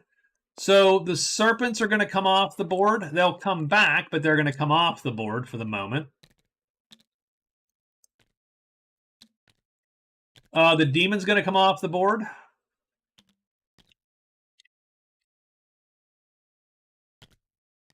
So demon, serpent, and serpents come off the board.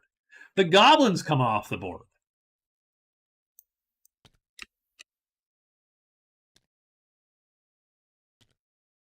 I mean, I do think, like, if you've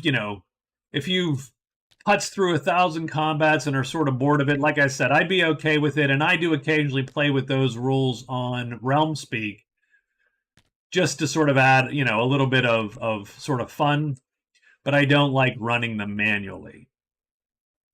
So that's what we got. There's black and white magic in every clearing. The bard is first. The bard hides and searches, I believe. Yep, so we're going to hide. We do, and we're going to search 3 times.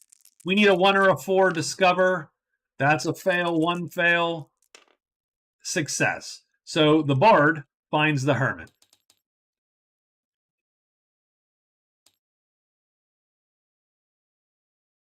And that means that the bard ties up with the Saracen for first place. And we are done at the moment. I don't think anything appears because we're 2s and 3s, and so we're good. The hermit stays there. He removes curses and spells for $5. The White Witch, she's going to hide 2 times. Fails once. This is important. She needs to succeed once. She does succeed. So we are hidden. We go there. The serpents come back. It's a little silly that we draw them off the board to only put them back on the board. Magic Realm is a silly game. So we will check that fight. But we're hidden. So we have this huge advantage, which is she could come in and kill the dragon in one fell swoop. And then, so we need to figure out how this fight gets adjudicated. If this fight is okay for the knight, then that's what he'll lure. But no bats appeared or anything, so we're in good shape here to sort of take the horde, I think, as the White Witch. The Enchantress moves here. All of a sudden, the goblins are gone, so that means she's got a little bit of a crisis here. She's like, oh my god. She might cast at the end of the day.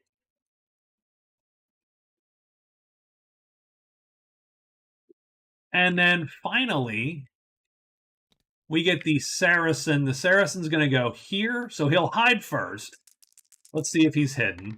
And he is not hidden. He's going to search here once, so he needs a 3, 2, or a 1 to find that path. He does not get a 3, 2, or a 1. He's not going to try to nudge anything, and he moves here instead. And nothing appears, I don't think. No, and he is done. So let's take a quick look at this fight from the White Witch's perspective. So the dragon's dead. She's going to kill the dragon. This guy is going to ride his horse at a time 4. So this thing can't auto-hit.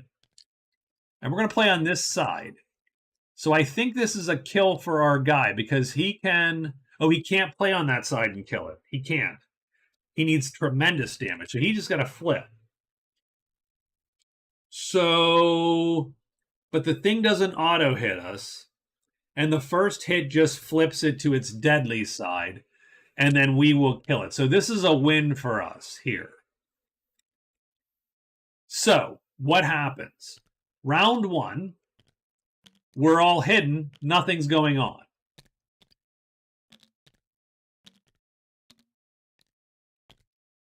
She's going to grab her staff and smack this guy to time 3. Remember, she's not targeted because she is hidden. The knight is not hidden. The serpent's just wandering around. She leaps out, says a quick prayer to her god, who grants her staff, tremendous, the striking power of the gods, and she smites this thing. Because he can't flip, of course. So her time, she's going to undercut him and smash him. He is dead. This goes away, though, and so done. I'll put that up there for later. Now the serpent is on her sheet. Those order guys are good stuff. They absolutely are. So he's on the sheet. The knight will lure. The knight's going to play such that this thing flips on the melee phase. Like that. That's how we're going to play it. The serpent now is in this unfortunate case where he can't kill the knight before the knight kills him. It largely just comes down to, do we stalemate? So 1 round, we need a 1 or a 4. And we had a 4, and we get a 6. So he goes down there. So that's a miss. She can play chits if she wants to fatigue. So that's that's the first stalemate round. This is the second stalemate round. She will play an L2 fight to hit this thing. Remember, her tremendous is gone. She can't do, so she will prolong the combat. We get a 3, boom. She has to fatigue this, done. So this is now the first round of a stalemate again. 1 or a 4. Nope. Boom. She'll play again.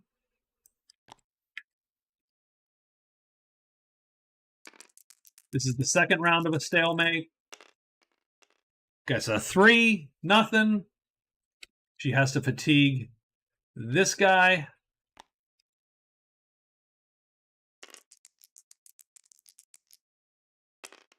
Nope. Oh, my Lord. Okay. I think she has to fatigue this at the end of the round.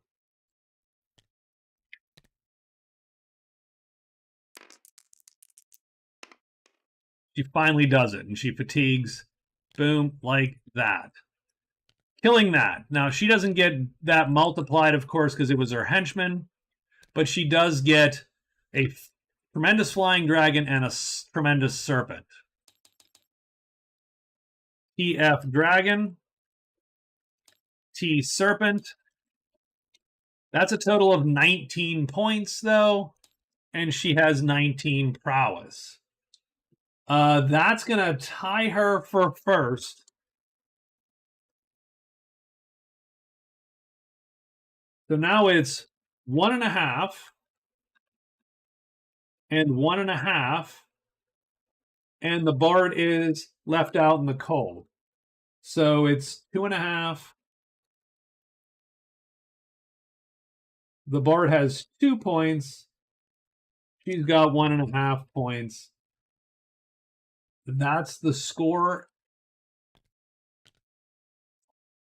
This chit fatigues also because it's end of the day. She's done her thing. So that wisp disappears. I don't think we have another fight today. We are done, and we are in fact done with week 1. So give me a second here.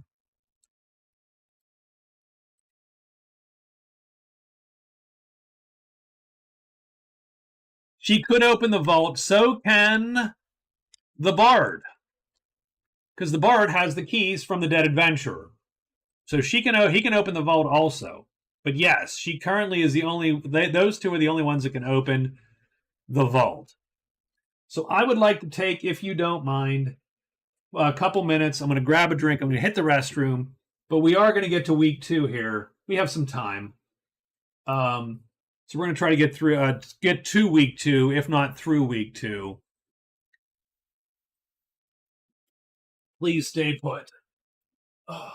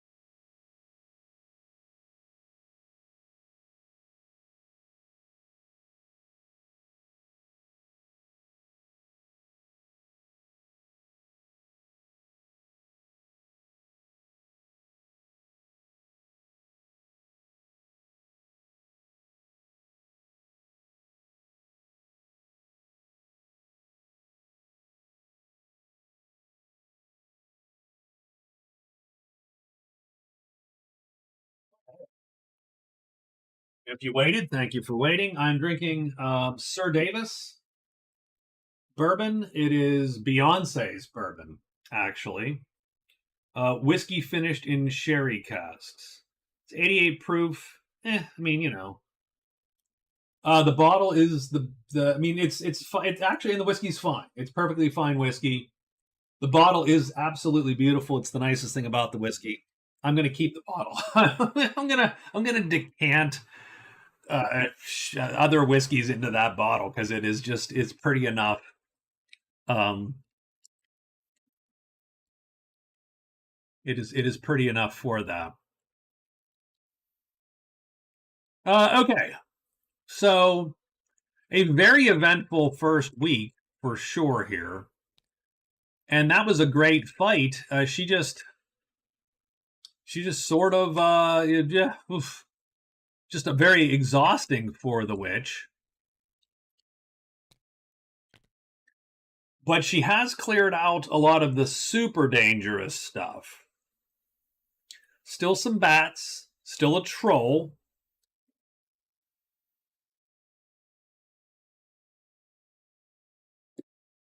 I'm Oh, love the message. No one has to be right. So let's figure out what we're doing here for week 2. And I think we need to... I have the scores correct. I think I have the scores correct. Love the message. What message? Like that message? Okay. Yeah, it is. Yeah, no, it's definitely a good. It's definitely a good. It's definitely been an exciting first week for sure. Like sort of crazy. A lot of monsters. A reasonable number of fights.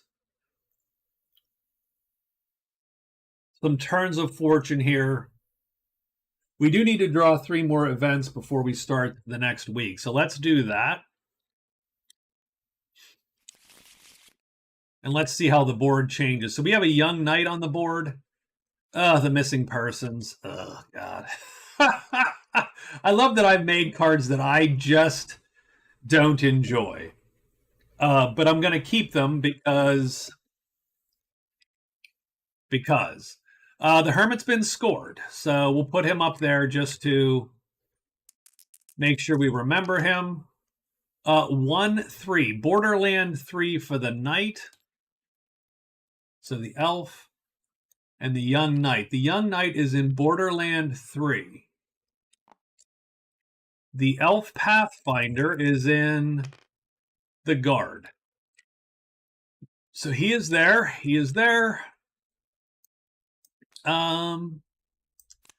Missing persons, objects, saved objects. Nope, wrong. That's wrong. That's not great. Oh, maybe. Nope, that is absolutely wrong. Objects, saved objects. I thought I had a thing.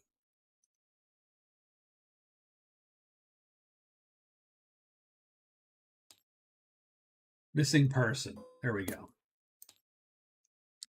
So missing person, I have a randomized bag with the 4 tiles in it. The tile with the symbol is the missing person. I'm going to shrink these the tiniest bit. There we go. So we have 4 tiles to place. We have to place them randomly. The first tile is going to go Ruins 2. So right up there. The second tile is going to be the Caves 2.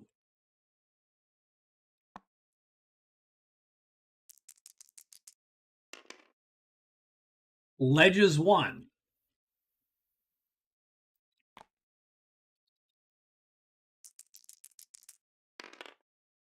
And Ruin 1. I'm not going to do double up in a tile.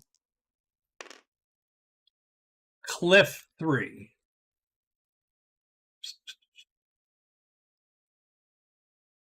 Done. So those are all actually near someone, sort of, or near where someone's going. So that's sort of interesting. It takes a quest phase to flip one. If you are the one to find it, you get, and you return to a garrison, you get 2 VP and $10 and friendliness.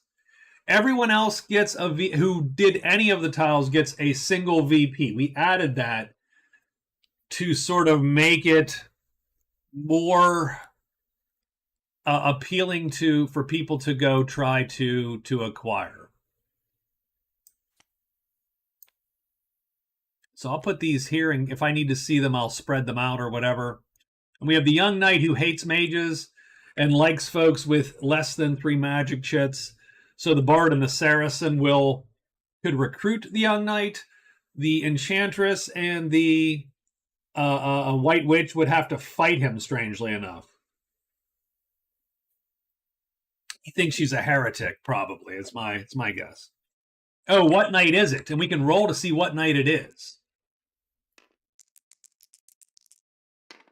It is the 4 knight. It is the sword knight. I think I have them somewhere up here.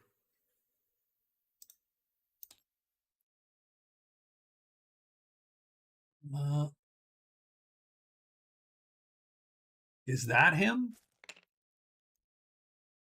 Yes.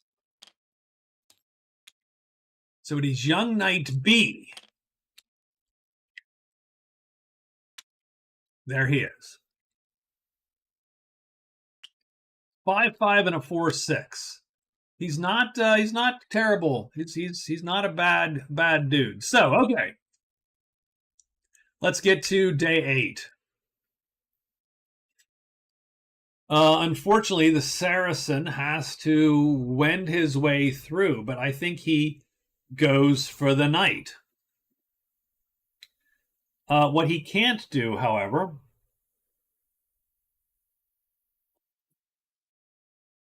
what he cannot do is make his way through those caves quickly because he only gets 2 phases, and so he'd have to hide and move in.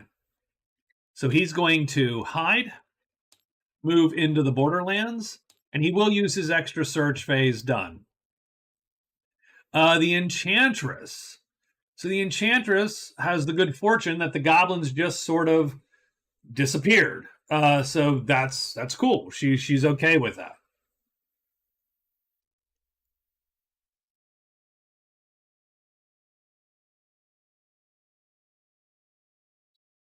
I do want to get that Borderlands explored.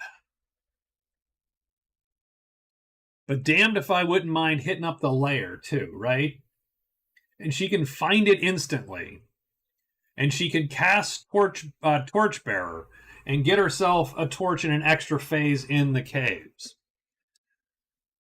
So I'm going to say that her move is hide and move to the lair.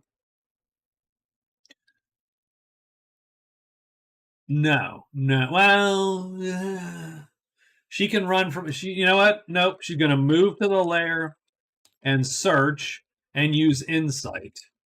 Done. The Bard. So the Bard. I mean, the Bard's in. He's doing fine on points, but he does not. He hasn't really found anything of import, I suppose, is my concern with the Bard.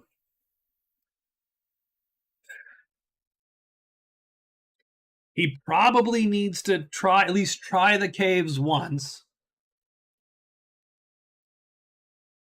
He probably needs to try this once just to get this thing done so he can get his 1 VP if someone does find the missing person.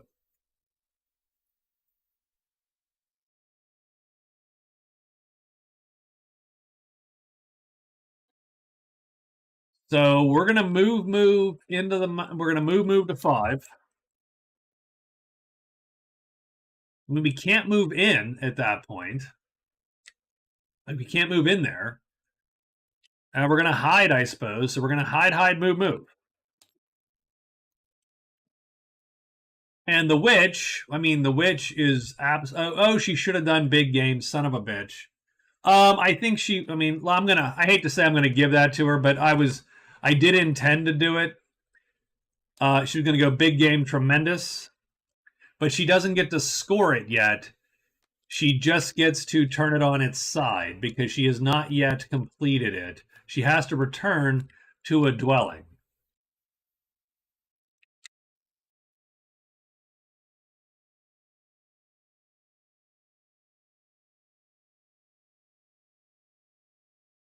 I mean, the damn missing person just the clue appeared next to her.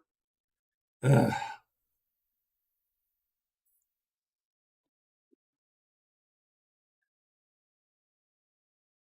All right. So the clue appears next to her.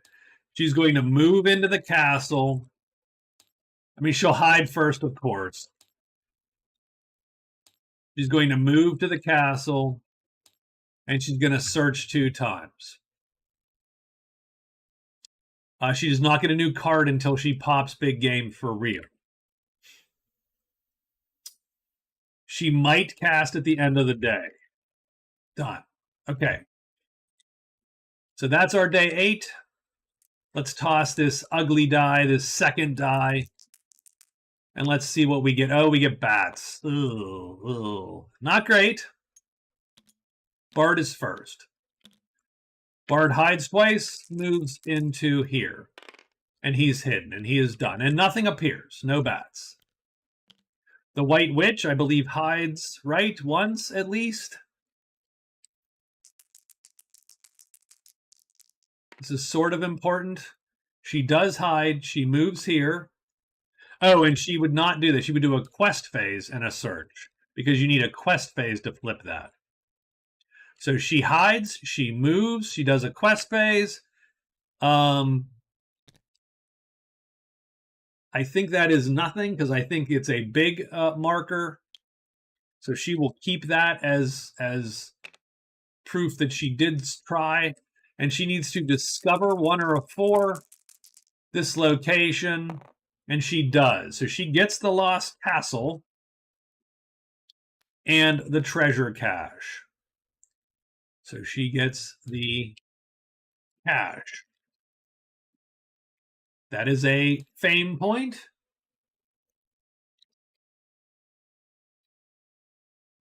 And a large treasure from the ancillary treasure pile.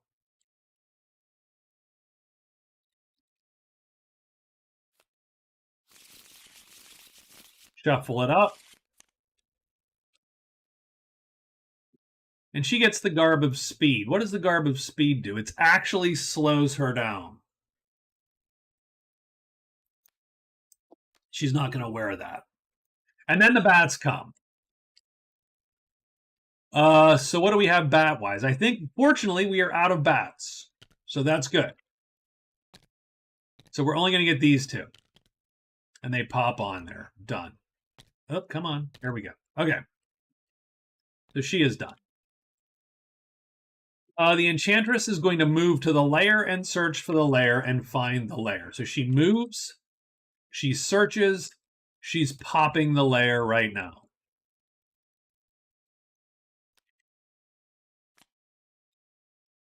The White Witch pops the treasure cache. So she's going to get a card. And the Enchantress gets a card. The Enchantress gets Dragon Slayer. The White Witch gets Locksmith. Not great.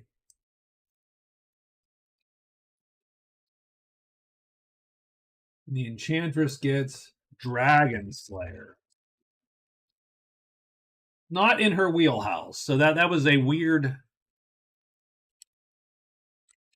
And it's a random clearing in the high pass. It's high pass 5.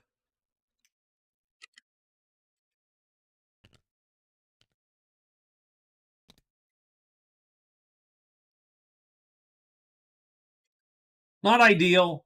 So be it.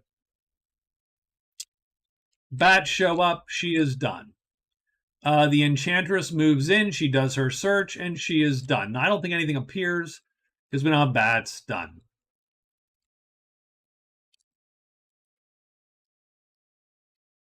And last but not least is the Saracen. The Saracen is going to hide, move, and search. So hide and move. Let's see what that hide looks like. It's a really good hide. So he hides. He searches for this the passage. Nope, no passage. But he finds the shrine. Oh no, he does not. Does he? Well, I think he might have found the shrine because I think he locates. Because you have to locate to get passages. So let's do locate. Yeah, so he's there. He discovered chits. So he actually gets the shrine. So there you go. So the Saracen finds the shrine. He doesn't need to find the shrine, but he did find the shrine. And he is done. And that's the day. And we do have a fight.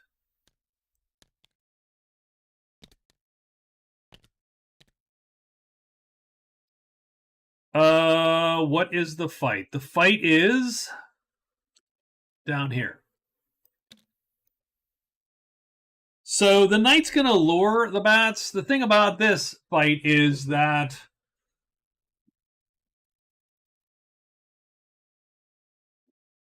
the bats can't kill the knight.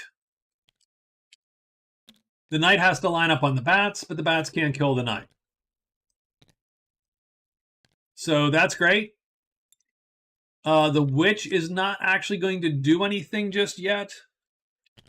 She could obviously cast spells, but every time she casts a spell, she doesn't want to get into a position where, because she can't run from this fight, she doesn't want to get into a position where she becomes unhidden and there's still two bats. So she's just going to sit on this and let these guys duke it out. And if we stalemate, we stalemate. So let's roll. We're looking for a 1 or a 4 here, and we get a 2.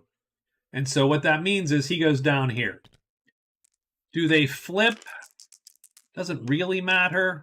No, they don't flip, and he does flip.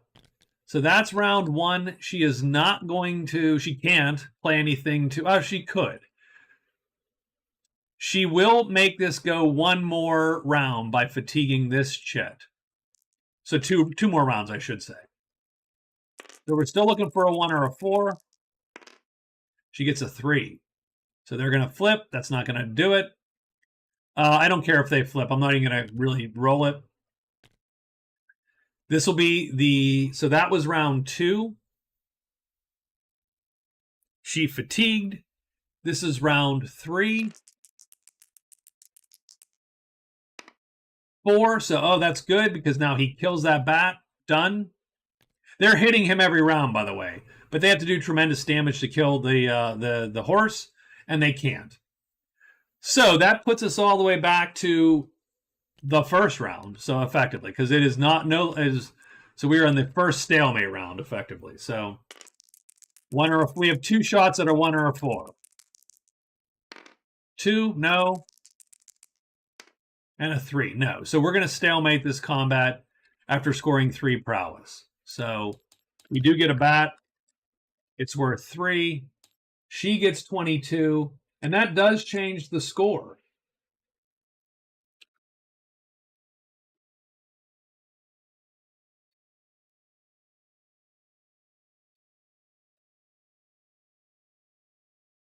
She now takes the lead because she's now winning prowess. She had to fatigue more, though, so it's even a little crappier. Not a giant fan of these. Of her being in this hugely fatigued sort of position, but that's where we're at. And we are done. I don't think anybody else has a fight going today. No. All right, so let's get it going for the next day here. Day 9. The Saracen. Well,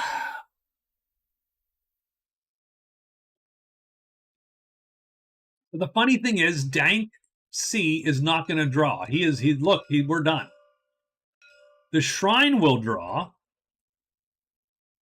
but not Dank C. So this is fairly safe.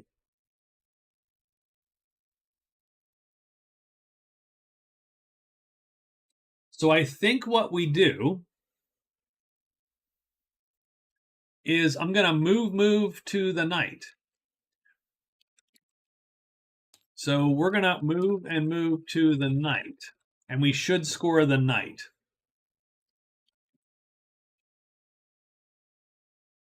The Enchantress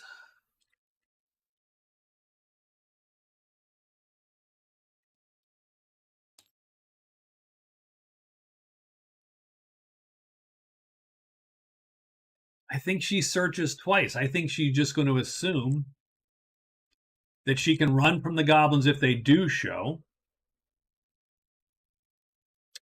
And we want to get something out of the lair. Oh, no, even better. We're going to cast at the end of the night. We're casting Torchbearer. So this is a torch chit now. Done. We search 3 times.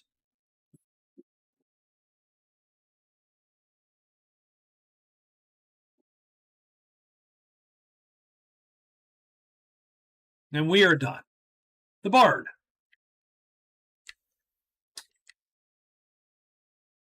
Ugh. I mean, he's got to. So he's going to hide and move into the caves first. That's the first thing he's going to do. Hide, move into the caves. Done. We'll figure out what we do tomorrow. We might run out of there to get the extra days or whatever. She is going to move to the Horde, which she's not found yet.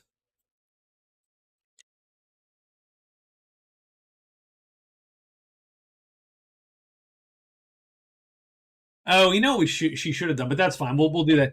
She should not have stalemated. She should have cast her spell twice to see if she got rest. That would have actually been the way to go. Having said that, or once, having said that, that's fine.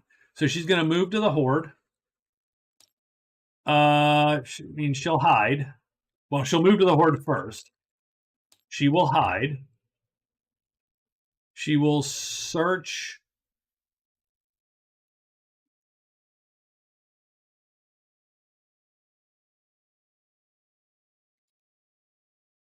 Twice. I don't think there's I don't think there's a roll which draws snakes and bats. So a 2 or a 6 will draw someone to her, but only one guy, and that's okay. One guy's fine. So she might as well play aggressive right now. All right, and I think we are done and ready to roll on the monster rolls here. And she gets a 5. So it's spiders and imps. And she is first. So she's going to hide first. And she fails it, but I don't think it matters. Oh, she moves to the Horde, then hides. She searches twice. Let's give her a 4. Let's get her something. She gets a 4. So she immediately finds the Horde. And this is looting the Horde. I'm very excited for this. She knows what's in there. She knows it's mostly good shit. And she gets a 3. And she pulls the Toadstool Circle. Womp womp. Okay. So first off, she's found the Toadstool Circle. There's black magic in the clearing now. And she gets an extra enchant phase.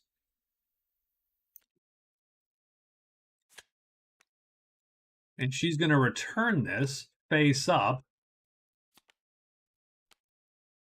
like that. Just so we remember there's black magic in the clearing. Unfortunately, that doesn't give her anything. What does the Toadstool Circle have? The Devil's Sword, not useful for her. A treasure card. Yeah, this isn't a good roll for her. That Devil's Sword, great for the Bard. The Bard would love that, but not great for anyone else at the moment. So she is done. Nothing appears. I don't think.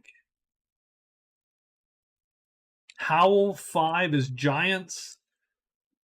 Yeah, nothing else. Done. So she is done.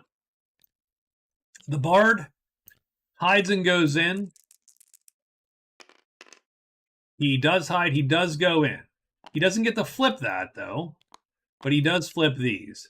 It is Stink, so Trolls, and Cairn 5. So the Cairn appears. And it is that guy. And he needs the Cairn? No, he does not need the Cairn. Someone needs the Cairn. The Saracen needs the Cairn.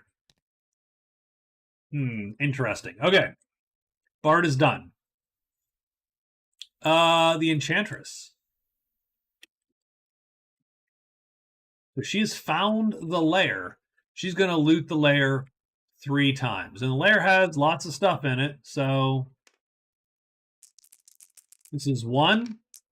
She gets the 4th treasure. Dragon Fang necklace. So that's 1. 2. She gets the 3rd treasure. Oh, come on. The Regent of Jewels. And this is her final shot, the 5th treasure. Well, she does get one, though. The Draught of Speed. Okay.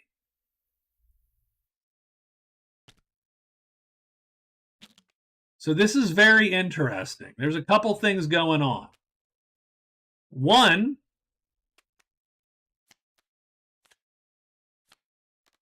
she's going to activate both of those. So there's a couple things going on. One is she has 2 freaking gray treasures, which is awesome. So she's going to be winning gray treasures, and that's going to put her up at 3 points. Secondly, she now wants to, more than anything, enchant every tile she possibly can that's going to have purple, because now she can control the dragon in purple.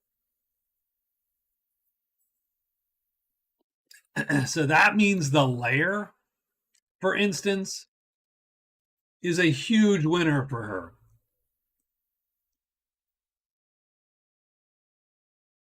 Because once that thing pops, she can, if she enchants this tile, that guy pops, she just controls it and does whatever. Keeps him, because she's controlled all day. And then the next day, she hits him again because it's purple. She can do it once a day. Hell, if the goblins show and she's hidden, for instance, she can have the dragon eat them, or run away and have the dragon eat them.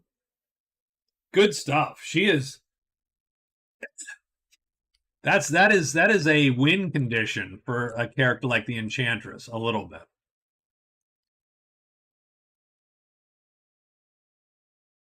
So we will keep that in mind. She has to enchant tomorrow, pretty much. But that is her day, I think. Yeah, she got 3 shots at it. I don't think anything appears. Nope, because we're looking for spiders, not goblins. The Saracen goes 1-2. He encounters the knight. I think he needs to hire the knight.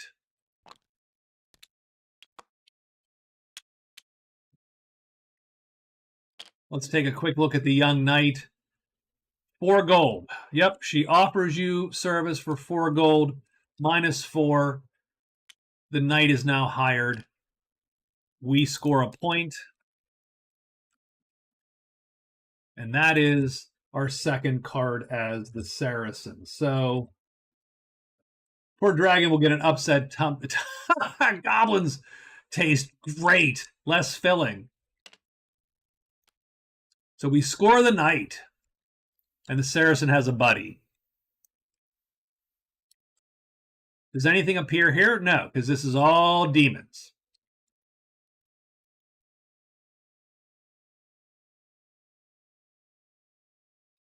I think that's it. I think that's the day.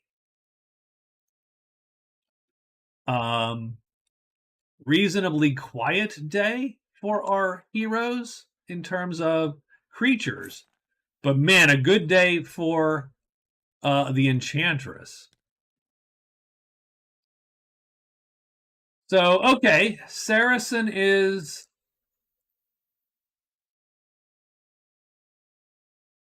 getting it done a little bit.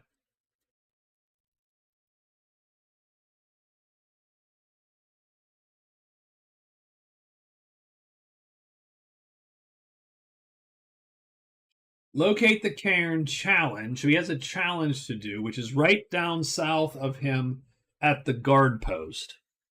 It's a Bashkar, which sort of sucks because the Bashkar has a horse, right? Having said that, the Bashkar can't do enough damage to actually kill our horse. So fighting him is a pretty easy deal. So we're definitely going to take care of that.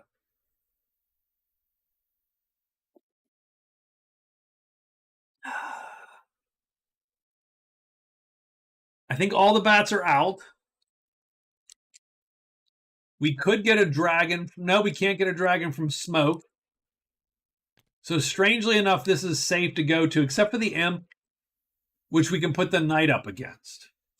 So I do think we go 1, 2. So I think the Saracen's going to go 1, 2, 3. Would a sight monster leave their sight and come to you? They move from, yeah, they absolutely do. They absolutely do. Did you see a place where I shouldn't have done? Did something I shouldn't have done?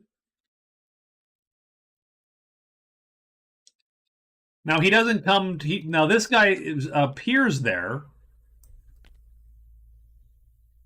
and it requires a second character to have entered the tile for him to move, or another spider roll, and then he'll move.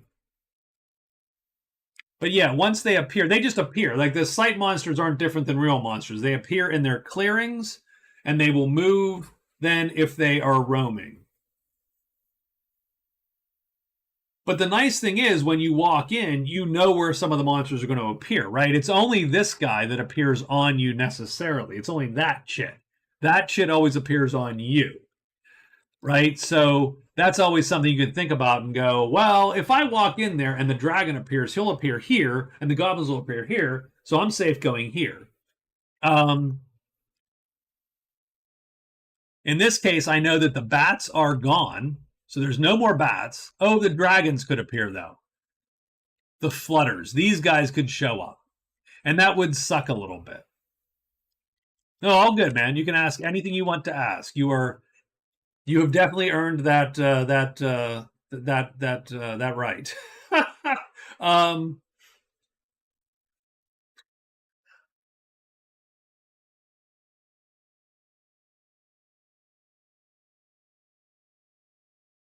I think we make a quick one. We go 1, 2, 3. So what I'm going to do is I'm going to extra move, and move to the statue. I'm going to do a quest phase to pop the witchmacall. And then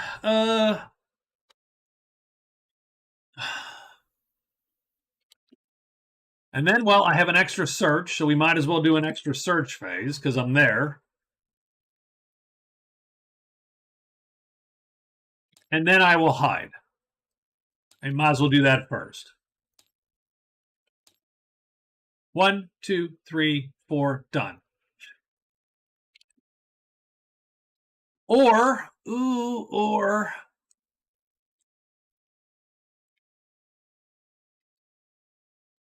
you take a chance, and this is a 3/5 a chance of being a safe clearing, and you just move out to there, because it's either the 2 campfires, which would mostly be safe, or it is the ogres, which we have the diplomat.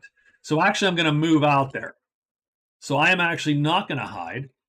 I'm going to do all that and then move into the woods and hope that it's ogres. Wolves would suck. Everything else, though, would be okay.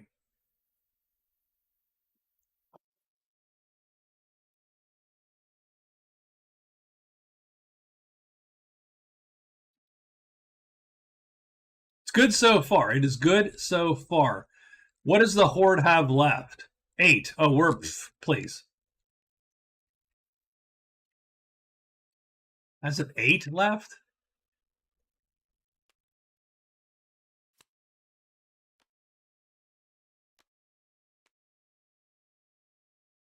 That doesn't make much sense.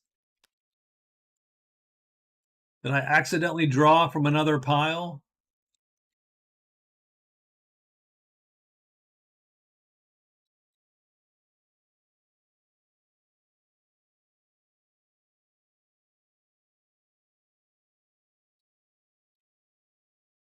That would be awkward. So we have 4 left there.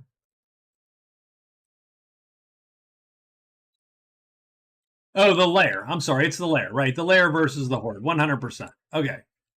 Yep, different character. We only have 4 left in the lair. Honestly, though, well, right, that's in the horde, though. So what she's going to do is she is going to use her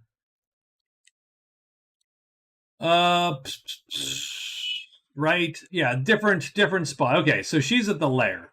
So there's 4 left in the lair.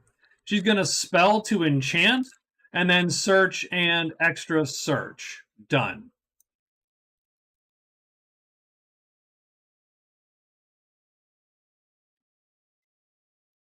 the Bard is going to... So let's take a quick look. Could be trolls, which would suck.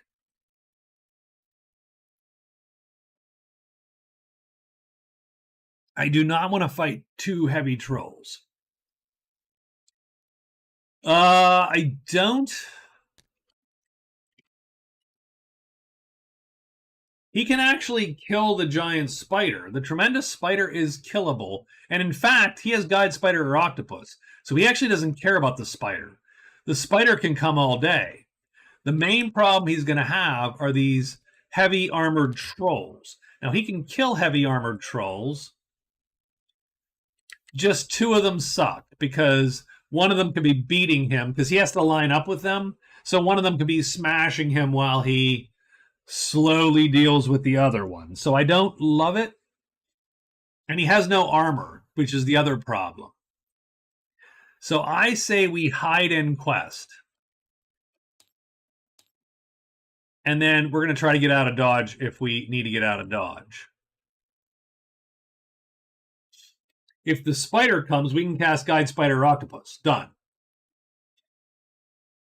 And I think we can kill that spider.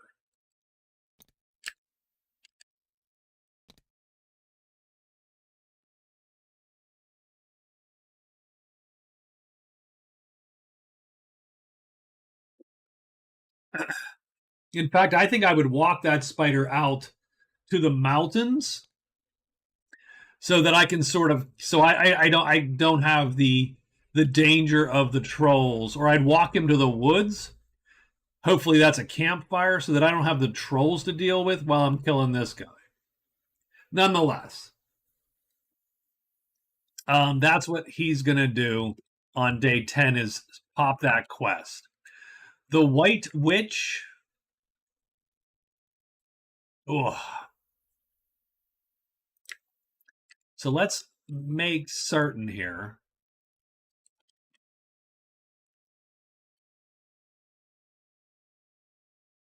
So she went to the Horde. She searched twice. She found the Toadstool Circle. I am going to cast twice that night while I'm here. With the only concern would be you are elsewhere. I don't like it. I don't like I am elsewhere. I don't like either of those. But let's cast because I want this stuff back effectively. So that night we're going to cast, and I don't want rest phases. So we're going to cast once, and we're going to burn these 2 probably. And we're going to get strength again. So, I mean, that doesn't suck. It's not what we wanted, but we done. Okay. I'm going to hide. I'm going to search, I think.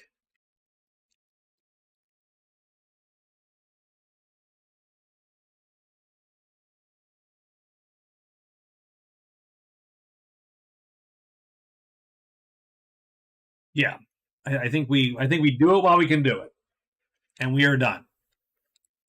It is day 10. Let's roll a monster roll for day 10.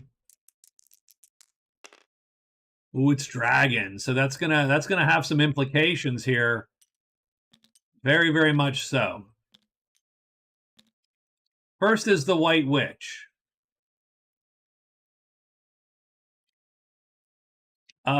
So the White Witch is going to hide. She probably didn't even need to, but she hides. So she is hidden.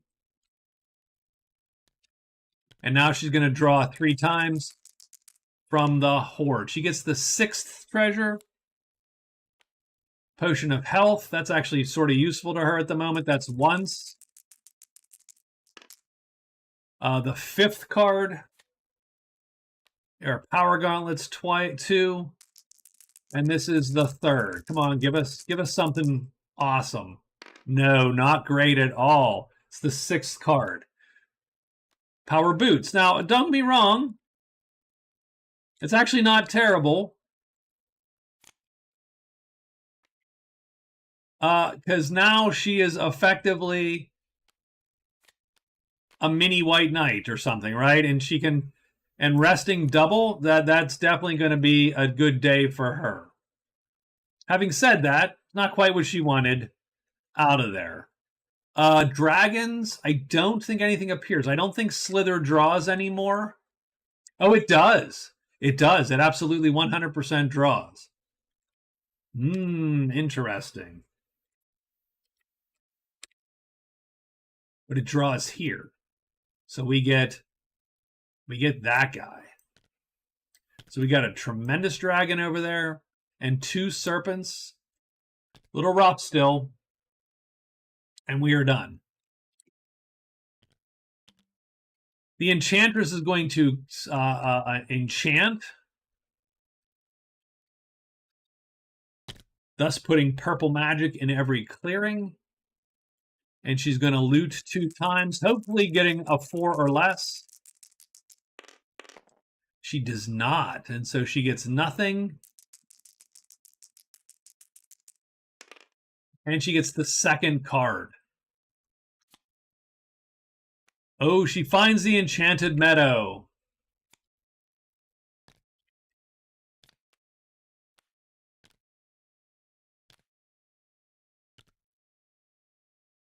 And she finds a dragon.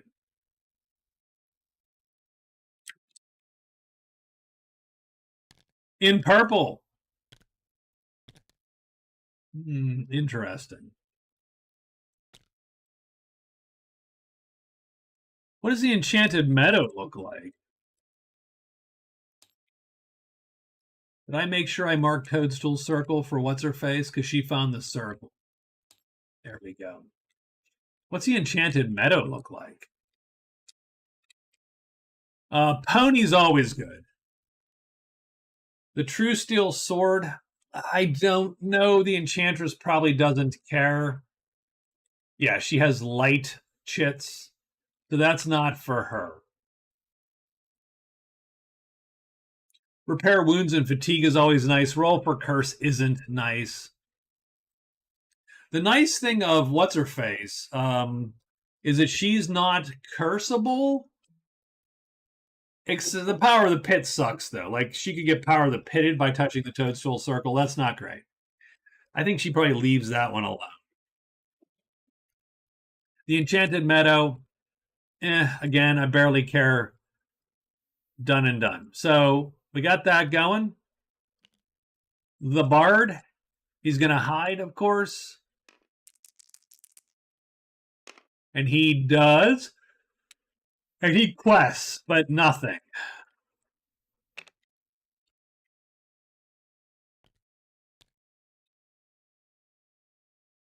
They get a VP or do they get like 5 gold or something? I forget. I forget what I think because I added something to that quest to make it palatable. I just don't remember what it is, and it's not on the damn card, unfortunately.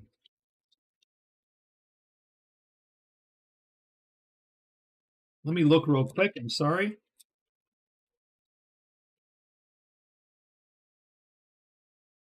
They get one. They get 1d6 gold, so it's not even a VP. It's literally 1d6 gold if you investigated, but didn't find the guy. So that's done. The Bard's done. It is now the Saracen's turn, who goes 1, 2, 3. They pull a quest, and they find the missing person. They do a search because they have an extra search phase. They don't find anything. They go here.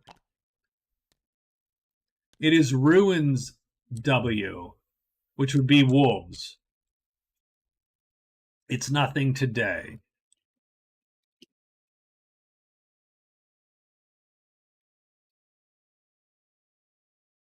Wolves would suck, so I'm glad that he didn't get the wolves.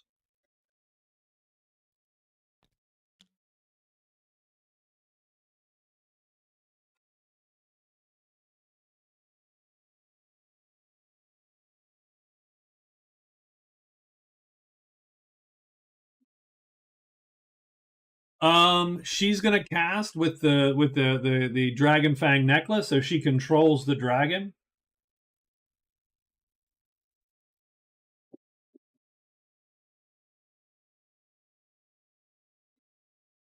And there's what? How many left? 3 cards left. So she might consider just getting out of dodge.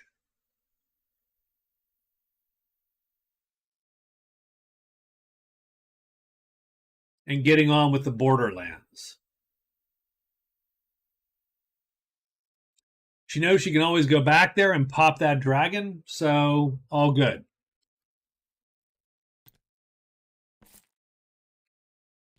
Let's get to day 11.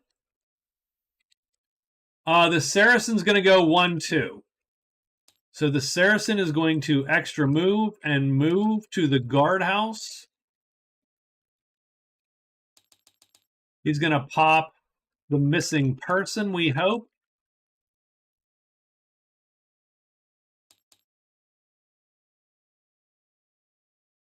Now keep in mind that is going to give him, he's going to rest while he's here just to get this chit back.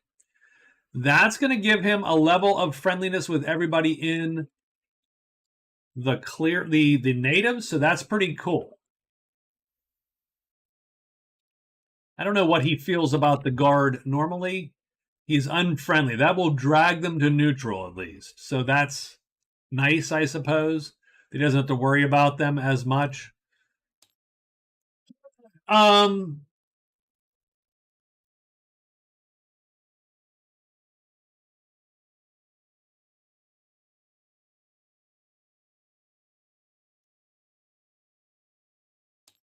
So I think we do probably hide. Just so as not to offend anyone that shows up at the guardhouse. That's 3 of our phases. I think we search and extra search, right? 1, 2, 3, 4. Because we could find, oh no, we're wrong place. So we're not going to search an extra search. That's not okay. Okay, so that doesn't actually do us any good. So we're hide. We will hide. We will trade with them. So 1, 2, 3, 4. Done. Okay. Missing person is going to get us 2 points, so that's going to kick us into the lead for sure.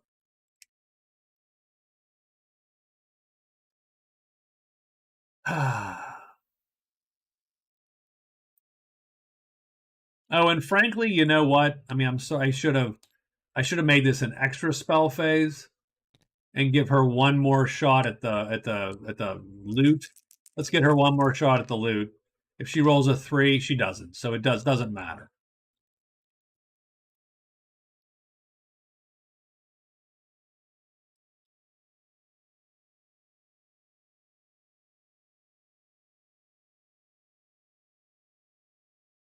Does she need to worry about the shrine? No. Oh yeah, she does. She wants to locate the shrine. So I think that she heads into the Borderlands, which she needs anyway. So she has 3 phases today. She goes extra 1, 2, 3. The torch will go away.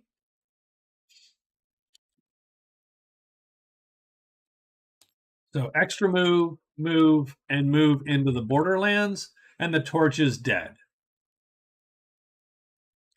And she will end up 1, 2, 3 here. And she will probably cast again that night. Done.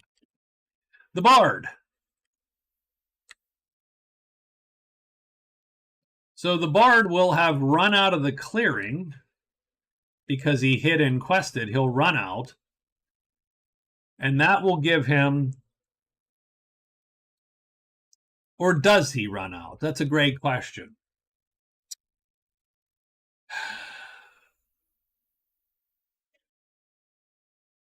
What does he need to do? Rescue, sacrifice.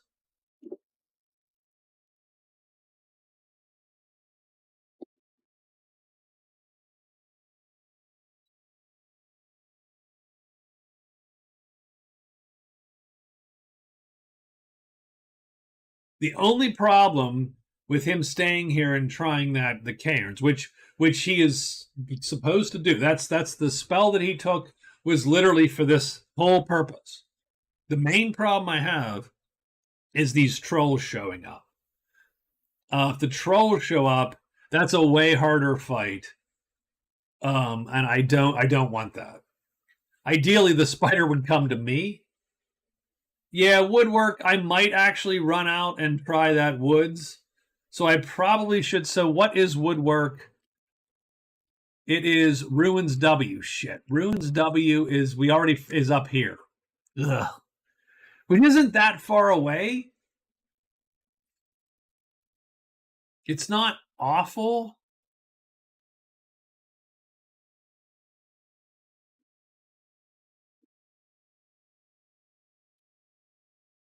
I don't actually like woodwork for most characters most of the time.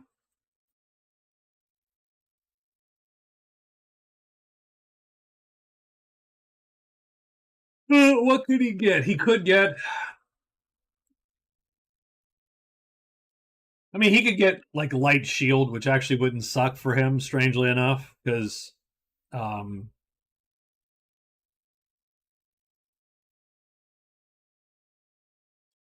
he's good with labor. He's actually not bad at labor.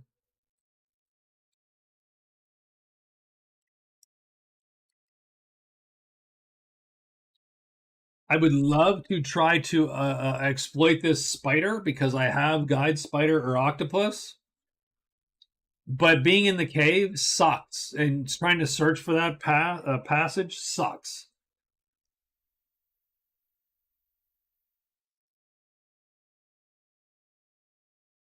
Um,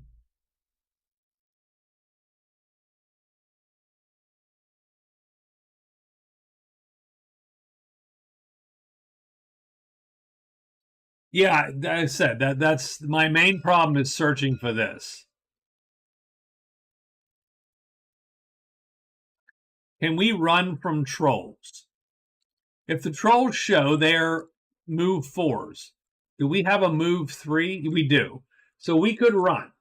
So what we're going to do, so that's what we're going to do. We're going to search and search. I am going to put rescue.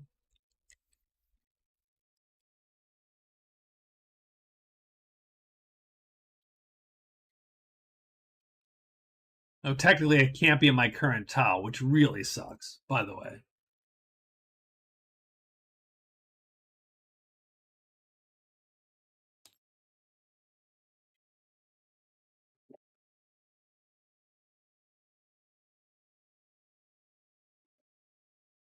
Um,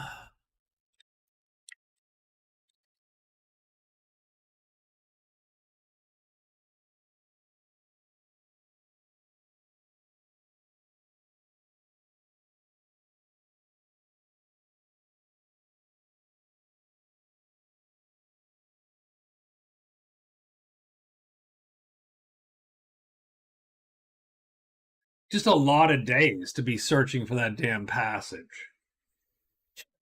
The cairns would be great, but you would be stuck. There's nowhere to sell any of that stuff. I was hoping for him to be in a position where he finds the cairn and can just loot it. But that didn't happen. He's in a position where he found the cairn and it's a mess. And it's even more a mess because the way out is the high pass. And that's still even 2 days. That's 1 day, 2 days through there, if nothing else. And I mean, the bard, doesn't hate the guard. He's fine with the guard.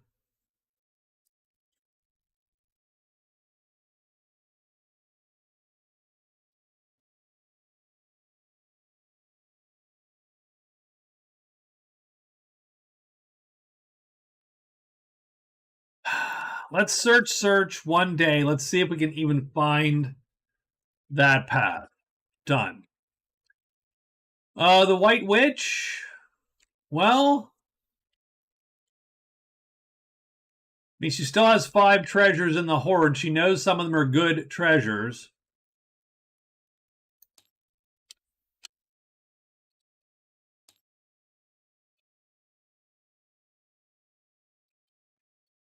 I think she rests twice and searches twice just because.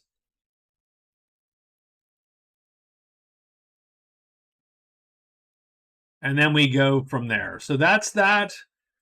It is day 11.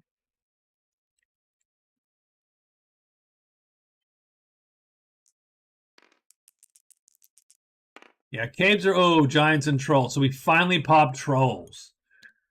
We got giants, but now we're going to get trolls. The bard searches 2 times. He does not find the path. He does find the path. So he finds 2-3 caves.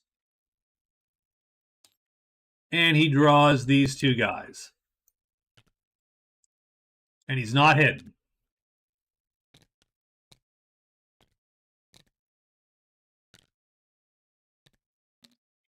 The witch rests twice. I think she pulls this back. And searches twice. Those, of course, are loots. She fails to loot once. Wow, she's fails to loot twice. Can you be unlucky on loot rolls? I suppose you can, and she is. And now the troll appears here with everything else. There's a lot of shit on that spot. The enchantress goes 1, 2, 3. This torch chit is gone now. It is wounded, actually, because of how Torchbearer works. But I don't think she does anything else. And she's going to cast at the end of the day to get another one going. So she is done. And then the Saracen goes 1, 2. He scores 2 points for the missing person. He scores 10 gold.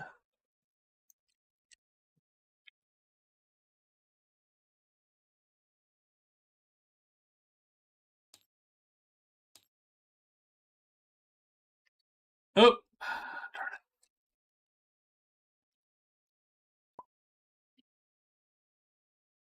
There we go. There we go. No, I didn't want to type there. No, that's not what I wanted to do. Okay. Ah, God.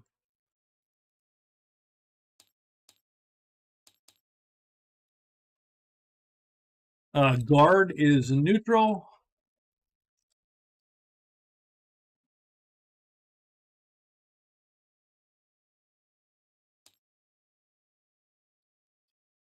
So that's good. He then rests there to pull this back. He did hide. Let's see if he hid. He did. And he's going to trade there once to see what they have. Or actually, he's gonna just sell his crap.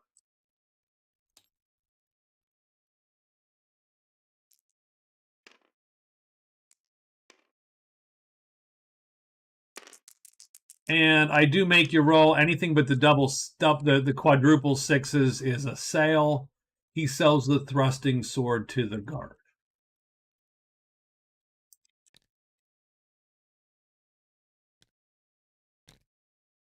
For 6 more bucks. So the Saracen has 22 gold. And that is going to put him in first place for gold. And so now he jumps to a considerable lead with 7 points. He does still have to roll for the guard. Oh, yeah, he does still have to roll for the guard. Everybody else gets a D6 gold, by the way, who has one of these chits in their possession. So the bard gets 1d6 gold. He gets 6 gold, so he has 16.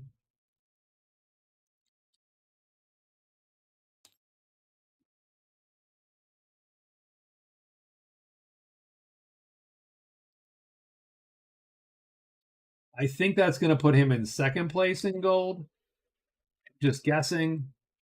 I'll put that out there, and we'll delete this.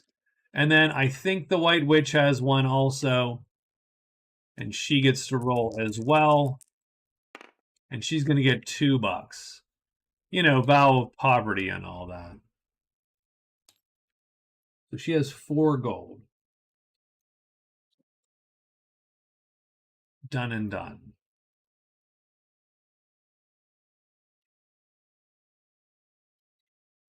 And we delete that chit. He does trade with the guard just to... no, he's sold. He's done. That's good enough. He is good to go. He does have to roll against the guard just because they could double up, so they are going to be trouble for him, potentially. But not today. Instead, they just challenge him.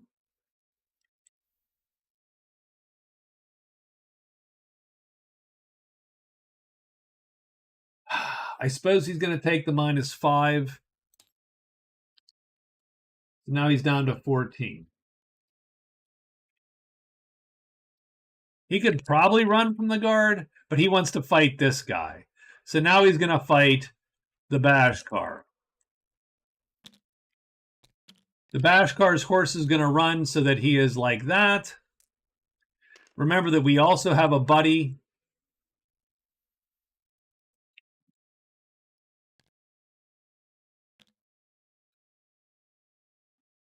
Oh, I suppose we were hidden. We probably did not need to take the -5. We probably could have just sucked it up and let them, quote unquote, block us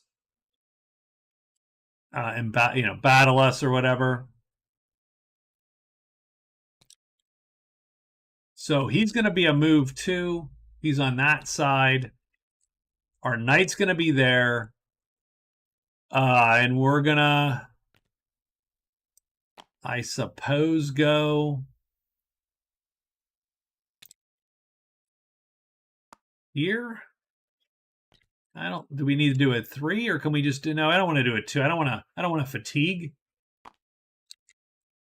So we do medium damage either way. We'll kill the horse either way. Let's see if we hit this guy. 3. So he shifts down to here. In which case, our long weapon on round 1 is going to hit this guy and kill his horse. He's going to hit this guy for light star damage, which is light, which does nothing. Does he flip too? We do need to roll that. He does. Done and done. And now we're back up there.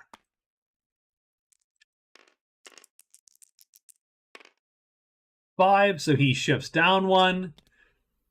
Does he flip? He's going to hit the knight again for nothing, and then he is defeated. So the challenge ends. We get prowess and gold +5. We lose no relation as long as we started the fight on hidden. Done and done. So we get prowess and gold +5. So that's 9.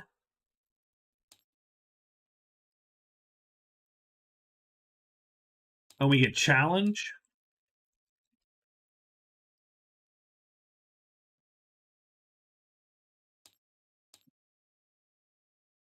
Gold is 2, so that's 7 more.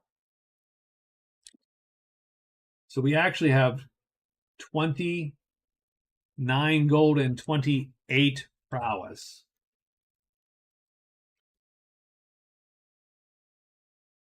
That's going to take us and put us in the lead in prowess. We got 8 points, and we're stealing points all over the place. Oh, and 5 cards. So all of a sudden, the Saracen makes this not a close race. He kicks the crap out of the race, actually. And now we'll put him back.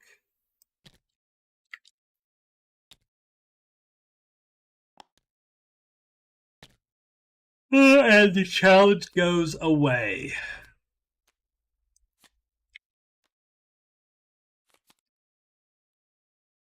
And he can pull natives arrive. So who are the natives that he wants to pull? He really wants to pull the Bashkar. Where can the Bashkar appear, though? The campfires. So that's not great because we don't know where the campfires are. I'm going to save this card momentarily. I'm actually going to not play the card yet.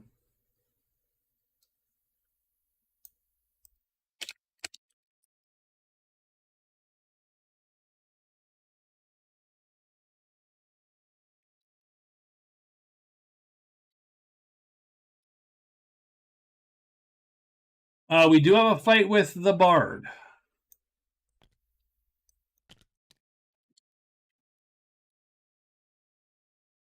The Unhidden Bard, which sort of sucks, by the way.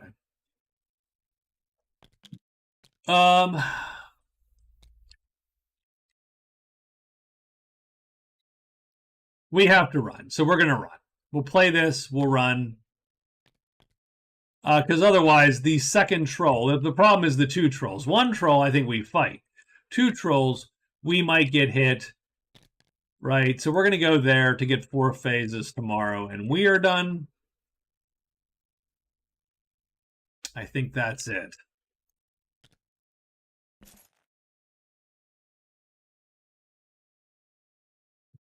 So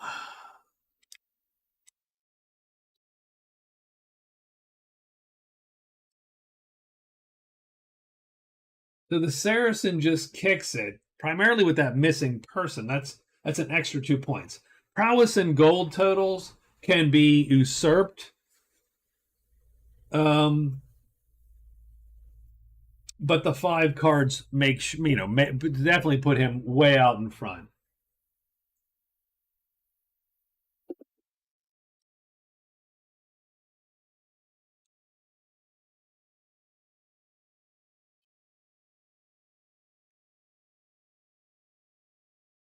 I think at the end of the day, he's going to get rid of. I think he gets rid of Locate the Cairn. Not that you should ever get rid of something you know where it is. And he is the best to move through this for sure. Maybe he keeps it. I tell you what, we're going to get rid of. We're going to get rid of the Diplo Ogres. At the end of the day. And we get Snake Charmer. So if you run into a snake,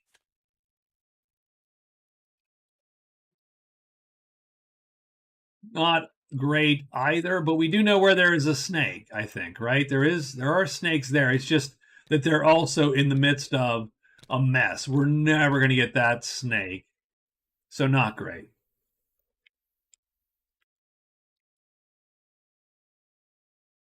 The Enchantress, we should pay attention.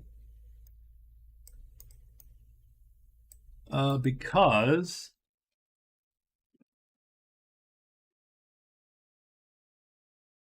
she has gotten Borderlands 5 done. At the end of the day, she is going to cast Torchlight again. Poof.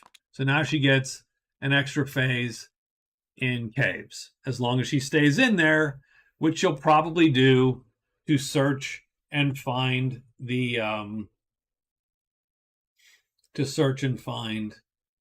that secret path.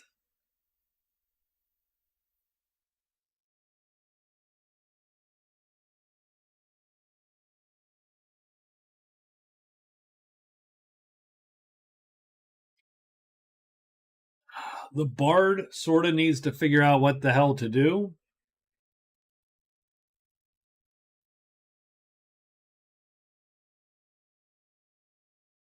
And, I mean, the White Witch, I think she was hoping to find better treasure where she was. And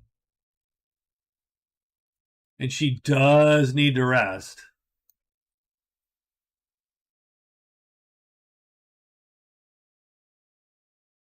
All right, let's do 1 or 2 more days here. I mean, let's try to get to the end of the week, I suppose, if we can.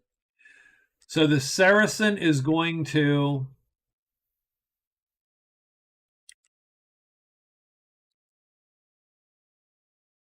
I mean, he can go all the way up and around. he can do extra move 2, 3, 4.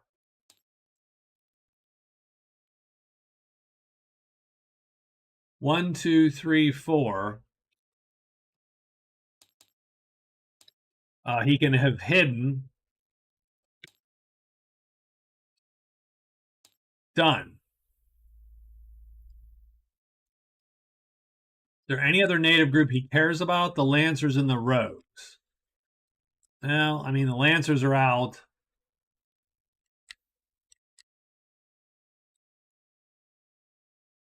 And try to make his way to here. Done. The Enchantress. She's got a torch chit. She's going to search, and extra search, I think, to hopefully find the device, or the, not the device, the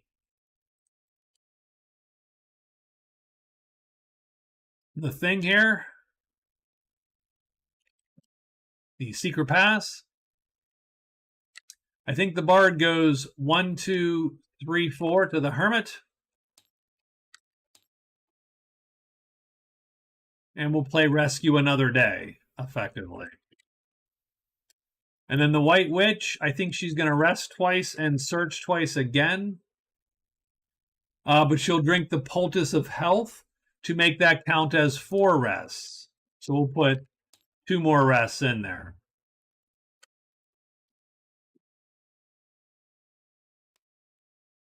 And she will put that back on the Shaman.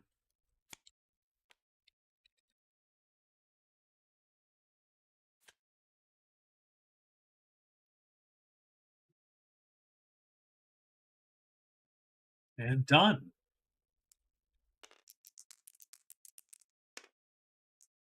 Spiders and Imps, and 1, 2, 3, and 4. The Saracen makes the big move 1, 2, 3, 4. He might be hidden. Sure, he's hidden or not hidden. He is hidden. But nothing appears and he is done. The Enchantress is going to search. Nope, 1. She needs a 3, 2, or a 1, really, to find what she needs. Nope, 2. 3. No dice, and she is done. The White Witch is going to rest 4 times. So that'll give her these 2.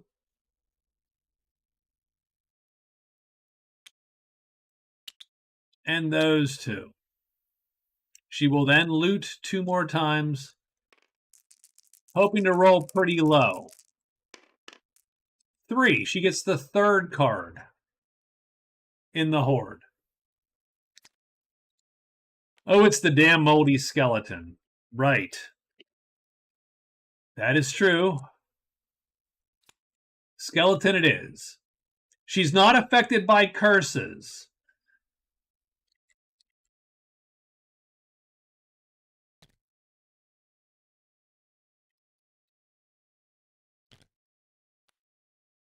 So that is 1. Her second loot now is... Ooh, it's 6. I don't like that. But she goes 1, 2, 3, 4, 5, 6. So she gets the 3rd card here. It's the Imperial Tabard, which her guy will be happy to carry for her. And that's going to give her a great treasure.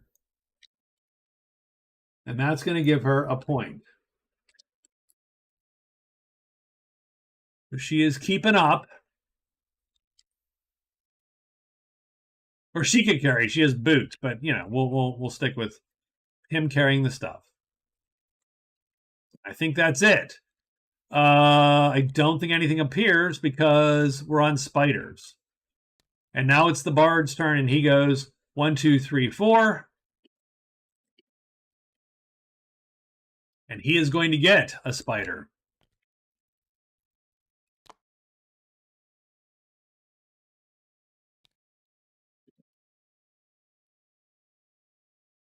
And he's going to fight. That's the combat. He's sort of stuck with it today. So He can certainly kill one of these for sure. He's going to go play like that for now. 4, it's going to line up. Does it flip? Time for sleep, Raven. I will talk to you. You take care. He does not flip. Weapon length is first. He kills the spider for 3.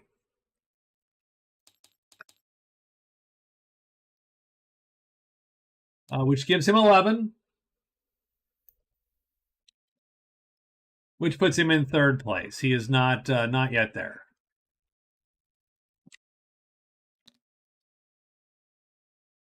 And we're done, and we're ready to move on to day 12. The Saracen goes 1, 2, 3. So he's going to go hide, extra move, and then move into the high pass.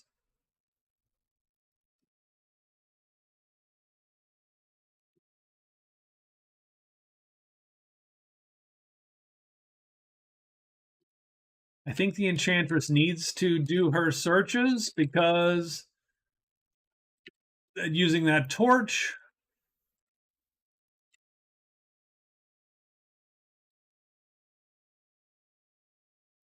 I think we're going to go 1, 2 and into the house.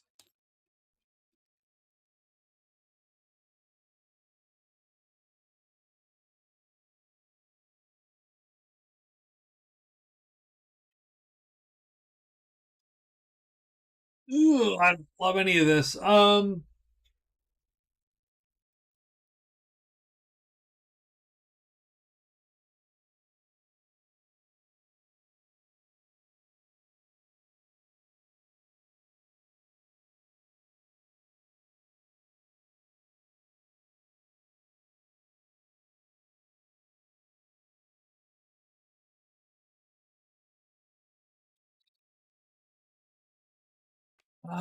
Yeah, I don't know how to. I don't know where we're getting our points now.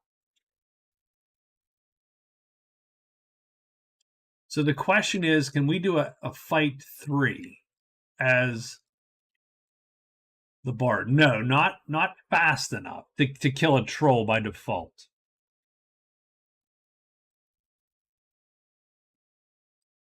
Um,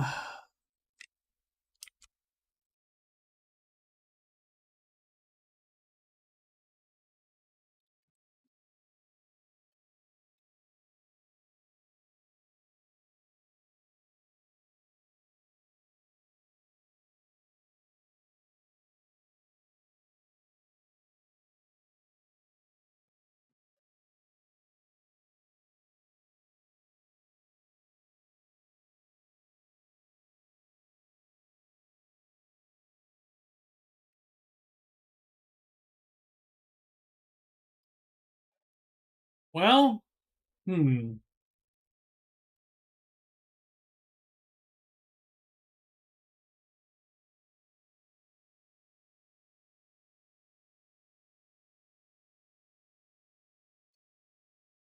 Well, we might. So I'm going to go 1, 2, 3, and we'll hide. Oh, we already know where woodwork is. It's the damn ruins W chit. So I don't love that.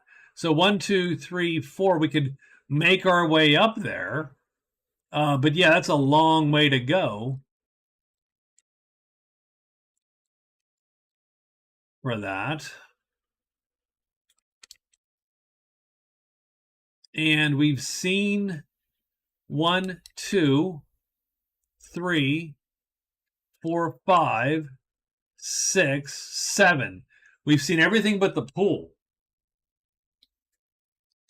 The pool is probably in the crag or the cavern, both of which suck. So the bard is a little bit locked out of stuff.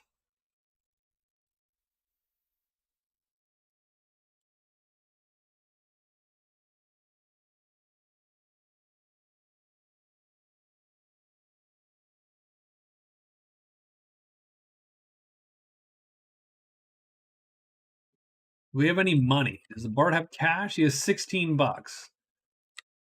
The patrol costs what? The soldiers cost what to hire? 4, 5, 6, 7, 8, 9, 10. The soldiers cost 10 to hire.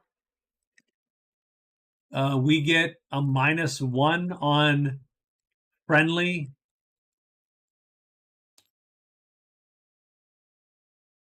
Yeah, not great. Not great. We could sell them the keys to get 21 gold and thus go price times 2. Hire the soldiers and just go to town, of course. We could do that.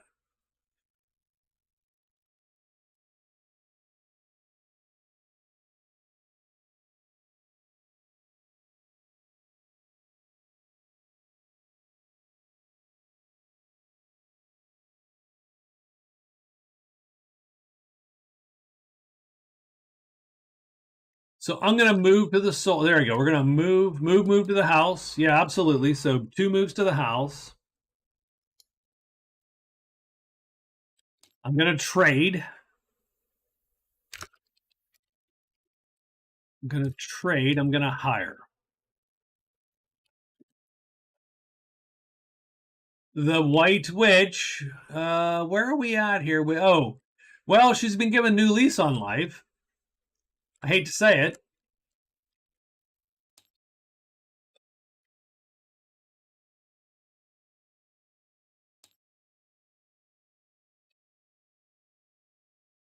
We're going to rest and search 3 times because you might as well. We have the moldy skeleton in there. Done.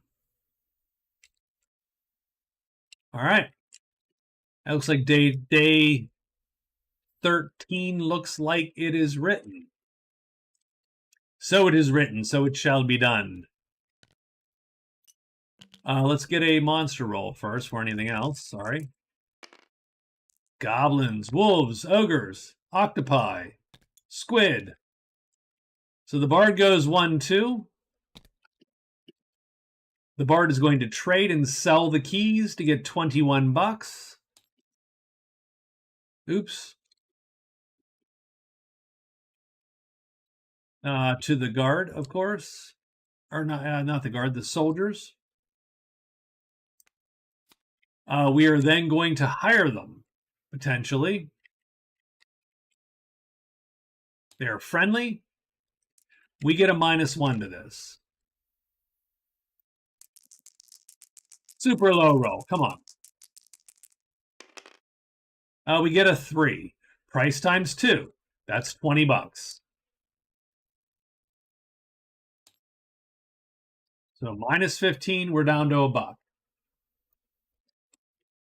Right? We got 20 bucks. Bam, down to $1. And now we add 14 days to this, and we have the Soldier HQ. Until then, done and done. At the end of the day, we turn in woodwork.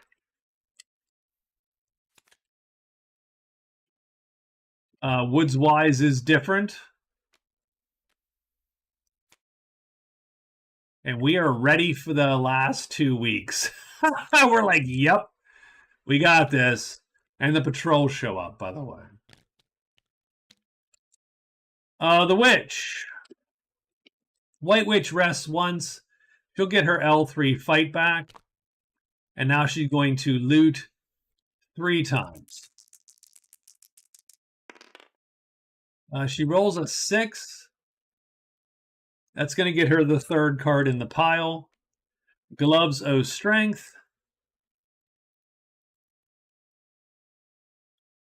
She can only wear one of the other, strangely enough. I think she'll wear the gloves of strength.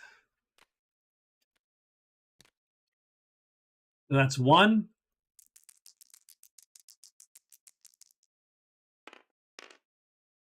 Four. So she gets the first card in the pile. Crypt of the Night.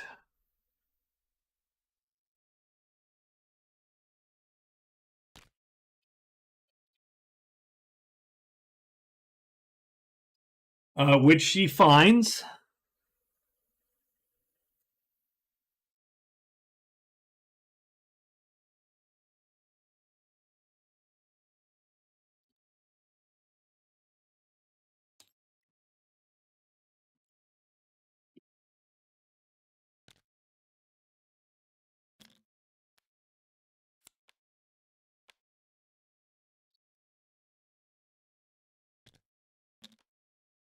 So we got the Toadstool Circle, the Crypt of the Night.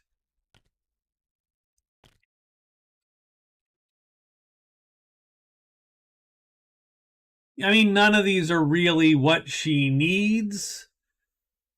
The T armor doesn't help her because she still can't wield it. She can wield heavy shit.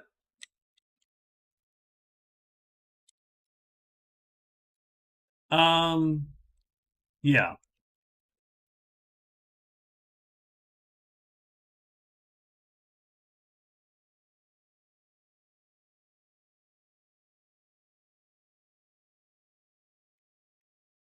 Might as well search her last time.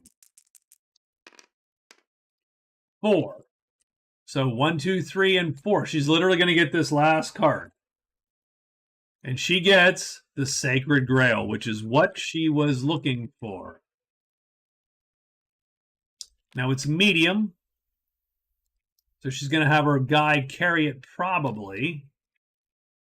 But it is a white source, which is awesome.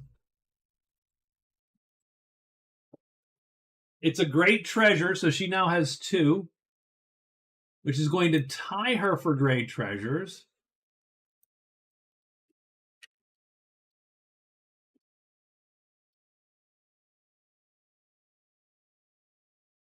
Now, unfortunately, she's just stealing points from what's her face. But there you go.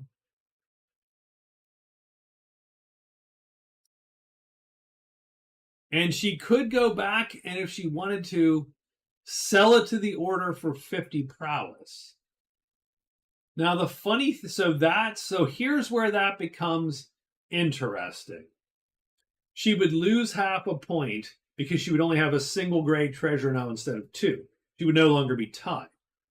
But if she gets 70 prowess, which she would have, she not only would take the lead in prowess, giving her a point, she would get the bonus point because she would have 60 or more. Remember, we're doing bonus points now. It's 60 prowess, 70 gold. Not discounting the 10 gold you started with, of course. 3 great treasures and 3 spells, any of which would get you a bonus. So if she gets 72, she hits that bonus threshold of prowess. So she would have 3 points and not 2 points.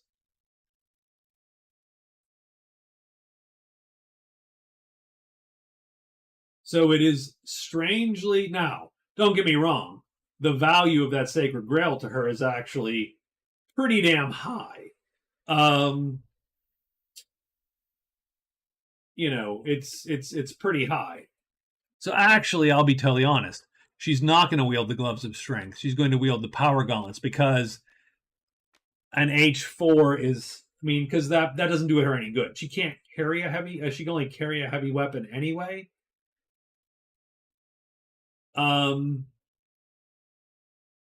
Technically, selling the Imperial Tabard would get her closer to the guard, would get her closer, but not close enough. The value of selling that Sacred Grail would literally be she would likely win prowess and hit the threshold and score, like I said, it's taking a half point away from her, but scoring her plus, so it'd be minus a half, plus 2, so that's plus 1.5. She would also get $12, which would, help her. And then with that, the Gloves of Strength, that's $36 she could sell.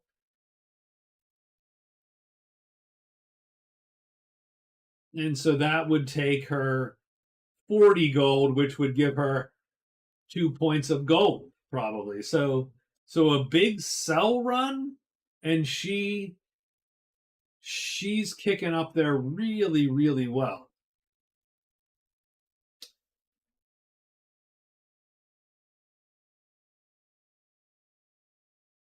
And again, the joy of having the white magic all the time is fine. It's good. It's a good thing. I just don't know that it's quite as good as 3 points in prowess, 2 points in gold.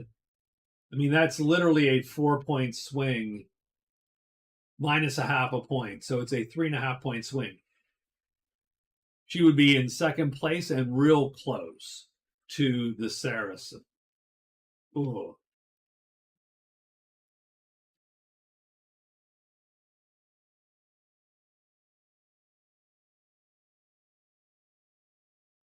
And now that devil sword actually sort of matters. Like that devil sword could be good for her. Like she can wield the devil sword. At a time 3, oh, that thing is bitching. Now she has to roll double ones to get it. And she still has power of the pit hitting her. So that's not ideal. So she probably doesn't go for it. She probably just cuts bait and run and gets out of dodge. It's not like she's that far from the chapel to sell.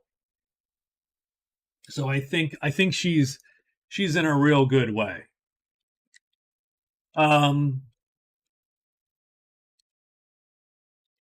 So in any case, I think she is done with her day.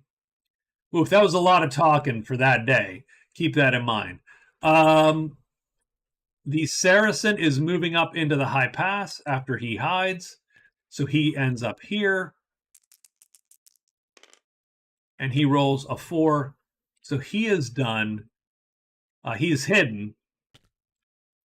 And these guys appear. And they appear on him.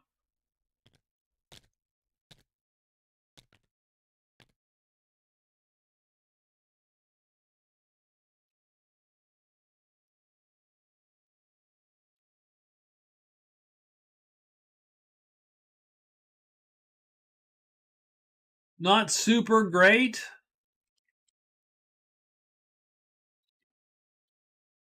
But I think he could probably escape those goblins if he needs to, with nudge, which he has ready to go.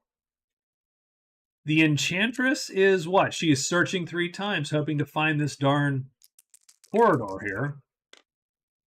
She fails once. She succeeds the second time. So she finds 5-4 borderlands.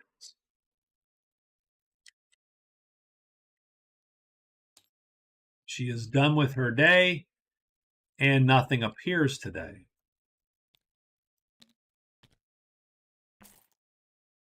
Day 14, there is purple in every clearing. The Saracen does need to make a call here. Is he fighting these guys or not? So the good thing is, they cannot kill his horse on that side. On that side, so he's hidden.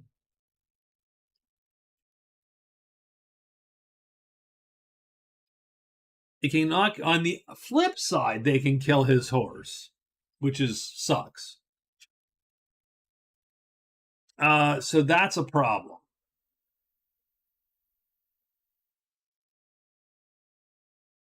So ideally, he doesn't want them to flip. If they don't flip, he can sit there and swipe at them all day. And strangely enough, he really wants to stay unalerted because he can swing faster unalerted. If he's alerted, he does more damage, but barely cares. These are axe goblins. They're unarmored. They're medium. And he can kill one around as long as he can sort of sustain. As long as he can sustain. It's not a bad fight for him.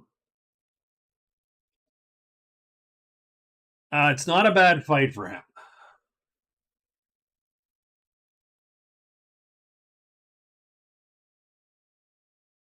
It's not a great fight for him, but it's not a bad fight for him. If he kills them all, he takes 21 prowess home, which gets him closer to that whatchamacall, right? It gets him closer to the thing.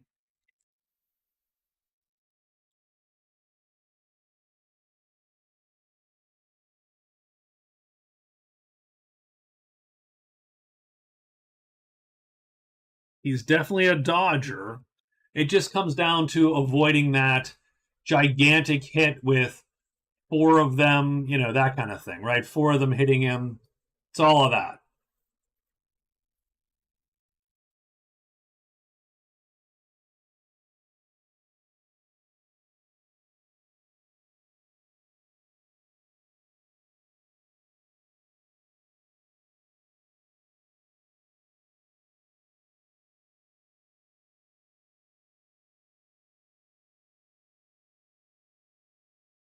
And he can sustain 1, 2, 3, 4 rounds of just gutting them. And it just comes down to getting lucky enough to not be killed. So round 1, he's going to target that guy. Not ready the weapon, of course. Target that dude.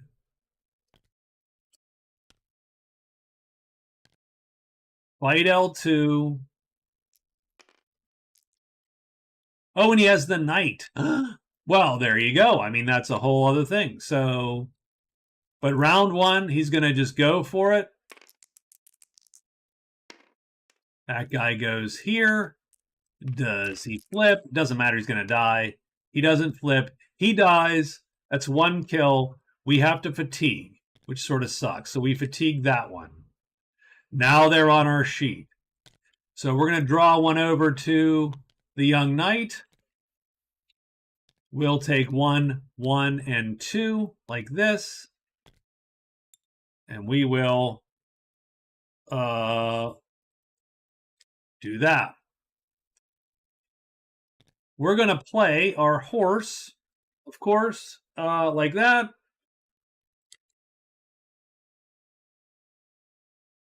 We don't really need to. We're not going to. I mean, yeah, we do. It's going to keep us alive. So we're going to keep the horse. Yeah, so we're going to do the horse, I think. We're going to horse up first.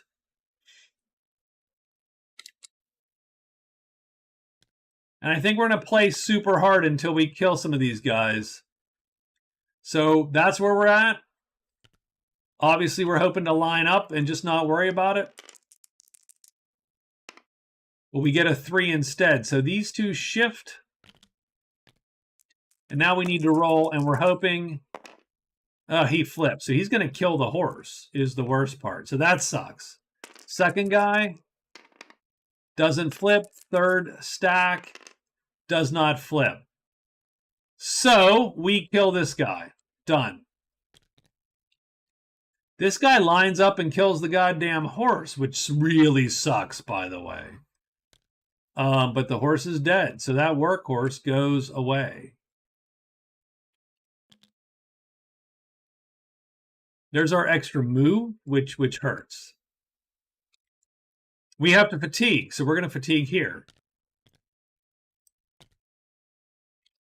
Over here,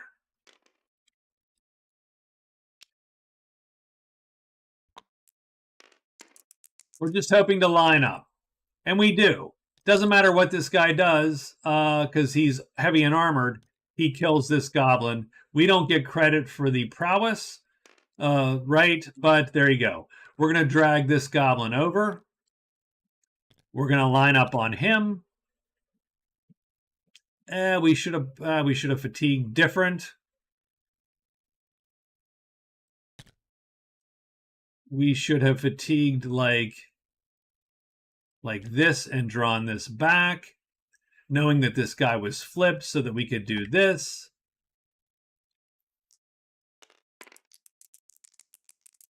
We're going to have to play a move.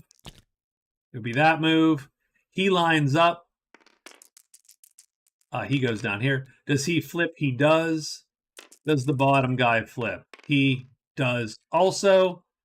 We're going to line up and kill him before he hits us, so we get the third goblin dead.